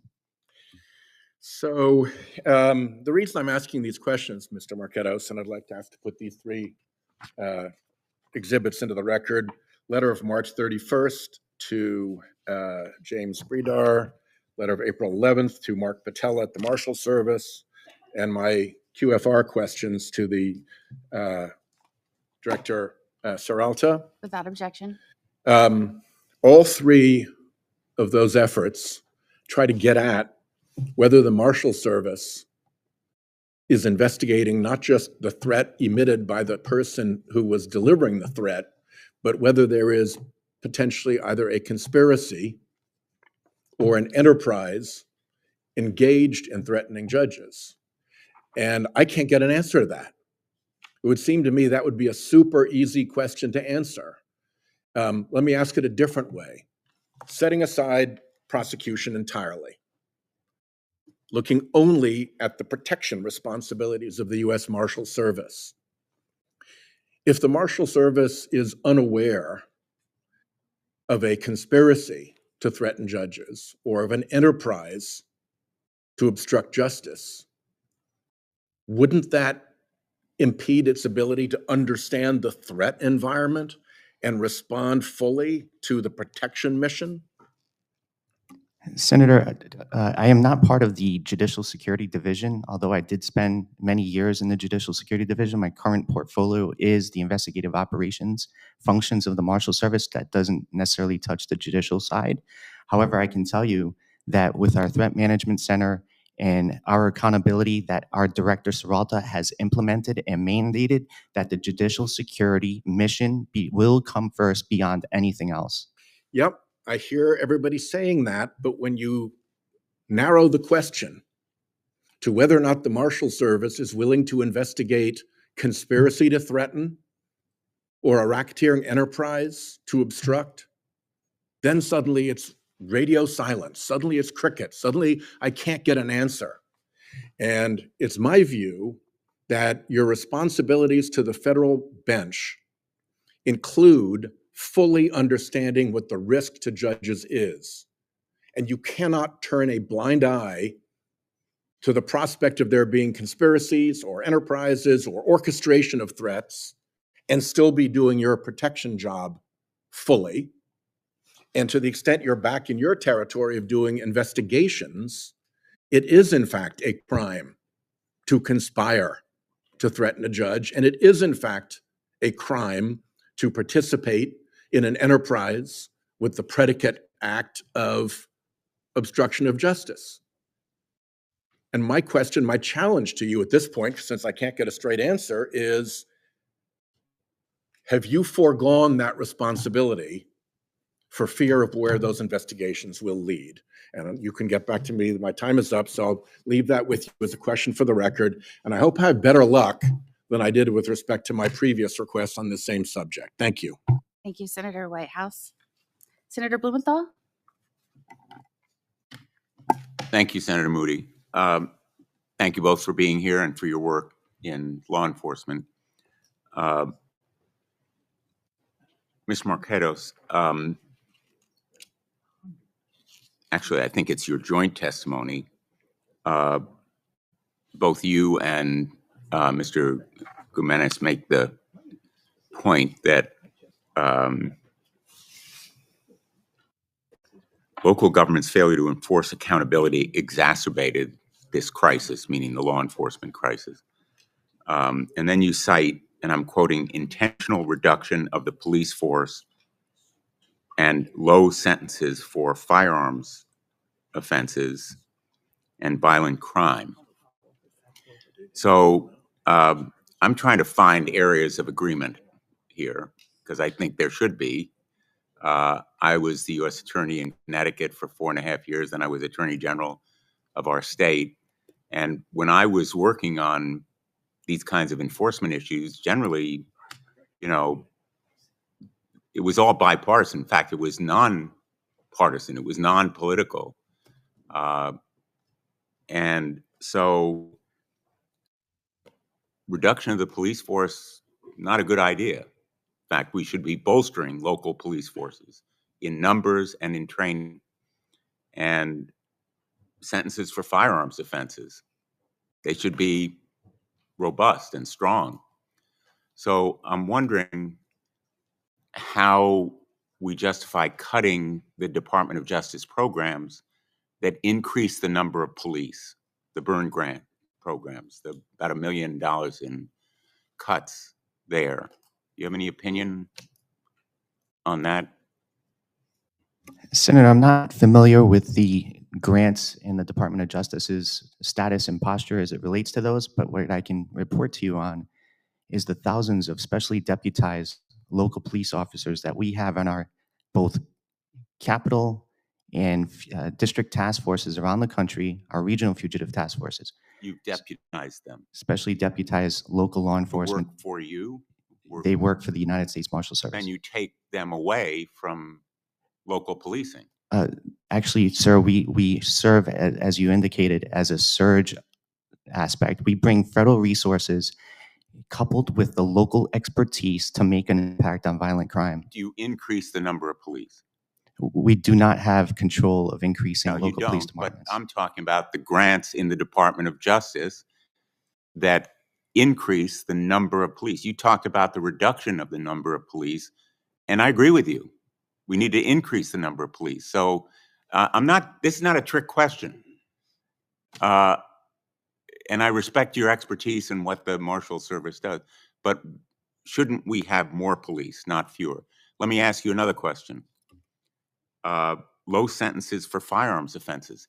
To increase the severity of firearms sentences, don't we need more investigation, more aggressive use of ATF, which is responsible for investigating firearms offenses? So let me ask you, Mr. Goumenis, are you in favor of the DEA-ATF merger? Senator, thank you for your question. As especially in charge, that's above my responsibilities. But I will tell you this, I am fortunate that I have ATF in the bulk of my groups, in my enforcement groups in the division. In any firearms investigation, we work together and we generate leads, we pass them. We also have ATF at our Special Operations Division, which is 37 different agencies. So any leads generated that we've done from our arrest and seizures and passed them, they run with, they continue, and any type of deconfliction is done through SOD. So wouldn't you agree that they should be increased in the resources they have? And as you know, they've been cut. Senator, again, I don't want to speak for the ATF. I can tell you that the ATF assigned to the DEA task forces are doing very good work, and we appreciate their partnership. And how about the DEA? It has been cut in resources, hasn't it? Senator, my division has not been cut. And as a matter of fact, I've been fortunate to obtain additional task force officers, as well as task force officer positions, as well as special agent positions. As a matter of fact, one of the things that Administrator Cole— But I'm talking overall, and I apologize for interrupting, but I'm about to run out of time. Overall, DEA and ATF have been cut in the resources made available. Maybe not your SAC, your section in DC, but overall, both DEA and ATF have been cut in resources available. Again, Senator, I haven't seen my budget cut. I would refer you back to the Department of Justice if there's a Okay, question. thank you. My time has expired. Thank you both. Thank you, Senator Coons. Thank you, Senator Moody, and thank you to our witnesses today for your service and for all that the U.S. Marshals and the DEA have done nationally and in my home community. I spent a decade in county government. I was the county executive for 6 years and responsible for the second largest law enforcement agency in our small state of 1 million people. But my agency did policing for 500,000 people. And we benefited from many federal task forces, from working with ATF, with FBI, with DEA, with the Marshals Service in order to clear warrants that had been long unserved, to arrest dangerous felons who'd come to our state from the region, to investigate and bust gangs that were dealing in drugs. Federal resources really can help local law enforcement. And I'm the co-chair of the Bipartisan Law Enforcement Caucus with Senator Cornyn. And frankly, we recently did an event on judicial safety where we heard from federal, state, and local judges who had been threatened. If I might just follow up on what Senator Whitehouse was asking briefly, Mr. Marketos, I assume he was referring to the very recent rise, the alarming rise, in the delivery of pizzas to the homes of federal judges and their families, using the name of Daniel Anderl, who's the murdered son of New Jersey Federal District Court Judge Esther Salas. I've heard from federal judges about their alarm about this so-called pizza doxing, and that it's happened not a few times, but literally over 100 times nationally. Is this something the Marshals Service is investigating, the potential for there being a conspiracy to deliver these pizzas all over the country to federal, district, and circuit court judges and their families at their homes? Senator, thank you for that question. Again, the Judicial Security Mission will and always will remain the focal point of the United States Marshals Service. Under So the are you leadership, investigating the possibility of a conspiracy that's actually delivering in an organized way these pizzas to threaten our federal judiciary? Senator, I am aware of this inappropriate activity, and the Marshal Service is looking into it. Thank you. I'd welcome more information about what exactly you're doing. My hometown, to get back to my main point, forgive me, the city of Wilmington and Newcastle County saw a steady rise in violent crime over a number of years for a variety of reasons. And under the two previous administrations, first Trump administration, Biden administration, I worked hard to ask for, get, and deliver more federal law enforcement resources that in partnership with our city, county, and state police did a remarkable job. Part 1 crimes, and in particular murder, robbery, rape, are down significantly compared to where they were just several years ago. It's been a real positive story of more policing resources delivering a safer community. What I'm concerned about bluntly is the way this whole hearing was framed. Framing crime as a blue city issue, I think disrespects the hard work of law enforcement, the impact on communities, the victims and their families that yearn for real solutions. When we've got some very positive, concrete stories in both red cities and blue cities and red states and blue states about real progress in fighting crime and bringing it down. My concern is that this year, the Trump administration has taken concrete actions that have canceled hundreds of millions of dollars of the Office of Justice Program grants, including some that were helping in my community, effective gun violence prevention, policing and prosecution programs, and victim support services, literally defunding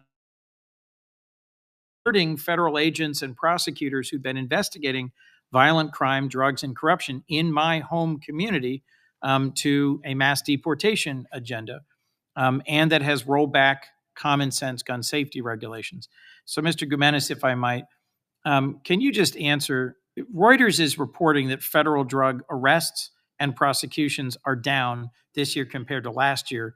And in fact, that prosecutions are at the lowest level in decades, which some sources in the story attribute to the decline in focus on these areas and refocusing on immigration. Have you seen a slowdown in arrests in your area of responsibility? And what's your explanation for the slowdown in prosecutions that may have resulted? Senator, thank you for the question. I believe that that article was referencing just prosecutions, but for arrests in my AOR, I'm actually up this year. As a matter of fact, my division has seized more fentanyl this year than we did last year. So for my division, our arrests are up. I think that's good news. More broadly, we've seen the diversion of federal law enforcement sources from fighting complex crime to managing and responding to street crime. Since the start of the DC emergency, how much of your manpower in terms of agent hours has been devoted to street patrols, and how's that relate before the emergency? And then is that something all of your agents are doing? And how do they account for the time that takes out of the complex investigations that the DEA is really specifically talented at? And you can briefly answer. Thank you, Senator. Senator, thank you for your question, but I think that was about 3 questions. So if I can break them down on each one, if you don't mind. I think I'm the last questioning senator, so perhaps the Go chairman ahead. will Okay, indulge thank you. me for a question or two. No problem, Certainly. Senator Coons. So we haven't changed our posture. DEA will always answer the call. If it's a long-term investigation to if it's support in the Metropolitan Police Department, support to any state and local agency that's within my AOR, my area of responsibility. I apologize. For example, we started this surge on August 7th, and I had my division kind of pull the numbers. So that's about a month and a half, give or take. We have still arrested 23 individuals. We have still seized $51,000, 28 firearms. We just ran nationwide 2 surges for Sinaloa and CJ&G, the 2 cartels that are poisoning about 95% of our population with the synthetic poisonings that are destroying our communities. 300,000 people in 3 years. So Sinaloa, just in DC, 8 arrests, 113 kilograms of fentanyl, cocaine, and marijuana, $50,000 in cash, 21 firearms. CJ&G, just in the district, 8 keys of cocaine. If we take that outside the district and include the other 2 states, that's 18 arrests, 1,617 kilos of cocaine, over 2,000 counterfeit pills of fentanyl, 119,000 seized, 32 weapons. Right. My agents, Senator, believe in the mission, believe in what DEA does, because we're members of the community. We live in the community. We shop in the community. Our kids go to the same schools as anybody else in the community. We believe in the mission, and we're not going to stop regardless of what it is. Even if they're told to go do something else for a couple hours, they're coming back to fulfill their mission because they believe in the mission of DEA. And it is, as a community member, it breaks my heart to see someone like Ms. Cook sitting over here talking about the death of her son. And the amount of people that I speak to that lose their child to fentanyl trafficking breaks my heart. 300,000 souls that will not be at Christmas or Thanksgiving dinners over the last 3 years because of that synthetic drug and that carnage that the cartels are pushing on our community. So to answer your question, I know it's long-winded, but my men and women at the Washington Division are passionate. And as Senator Moody would tell you, every DEA agent is passionate about what we do, and we will save our communities. Special Agent Goumenis, thank you. Let me be clear. In my experience, I've seen highly effective DEA agents come to partner with state and local law enforcement, and where local law enforcement was doing the street level patrolling and the arrests, elevate our ability to actually interdict, investigate, arrest, and then refer for successful prosecution complex drug rings. But I wouldn't, unless there was a dramatic increase in the number of DEA agents, I wouldn't ask those DEA agents to do what the patrol officers of the county police department were doing. And I just want to make sure that we are not taking very specialized and talented DEA agents off mission in order to do something that shows visibility, but doesn't ultimately use your unique skills and talents. I have experienced that passion among the DEA in Delaware. And I'll just conclude by saying I appreciate it. I just hope, as someone who believes in community policing and in federal, state, and local partnership, I hope we are making the best use of your resources and not cutting critical programs that have been shown to work to interdict and fight crime. Thank Thank you. you. And Thank you, Senator Coons. I want to thank our witnesses. I know appearing in front of a Senate Judiciary Committee is not an easy thing. I know it takes a lot of preparation and a lot of communication with your agencies, but we appreciate you making the time to be here. Again, I will end as we should have all begun.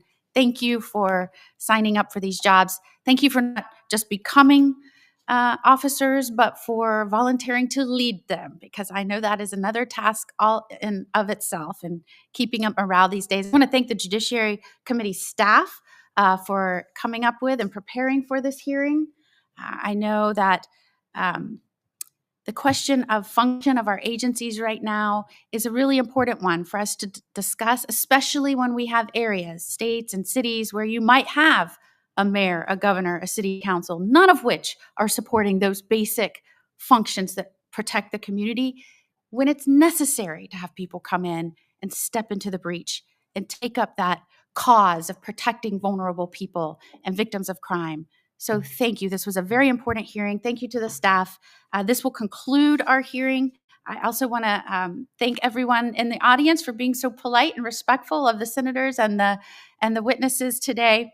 If the witnesses were asked any questions that you'd like to answer, you may submit those after this hearing. For the record, you can return those to the committee within 2 weeks of receiving the questions, or within 2 weeks of any questions that were asked of you today. With that, this hearing is adjourned.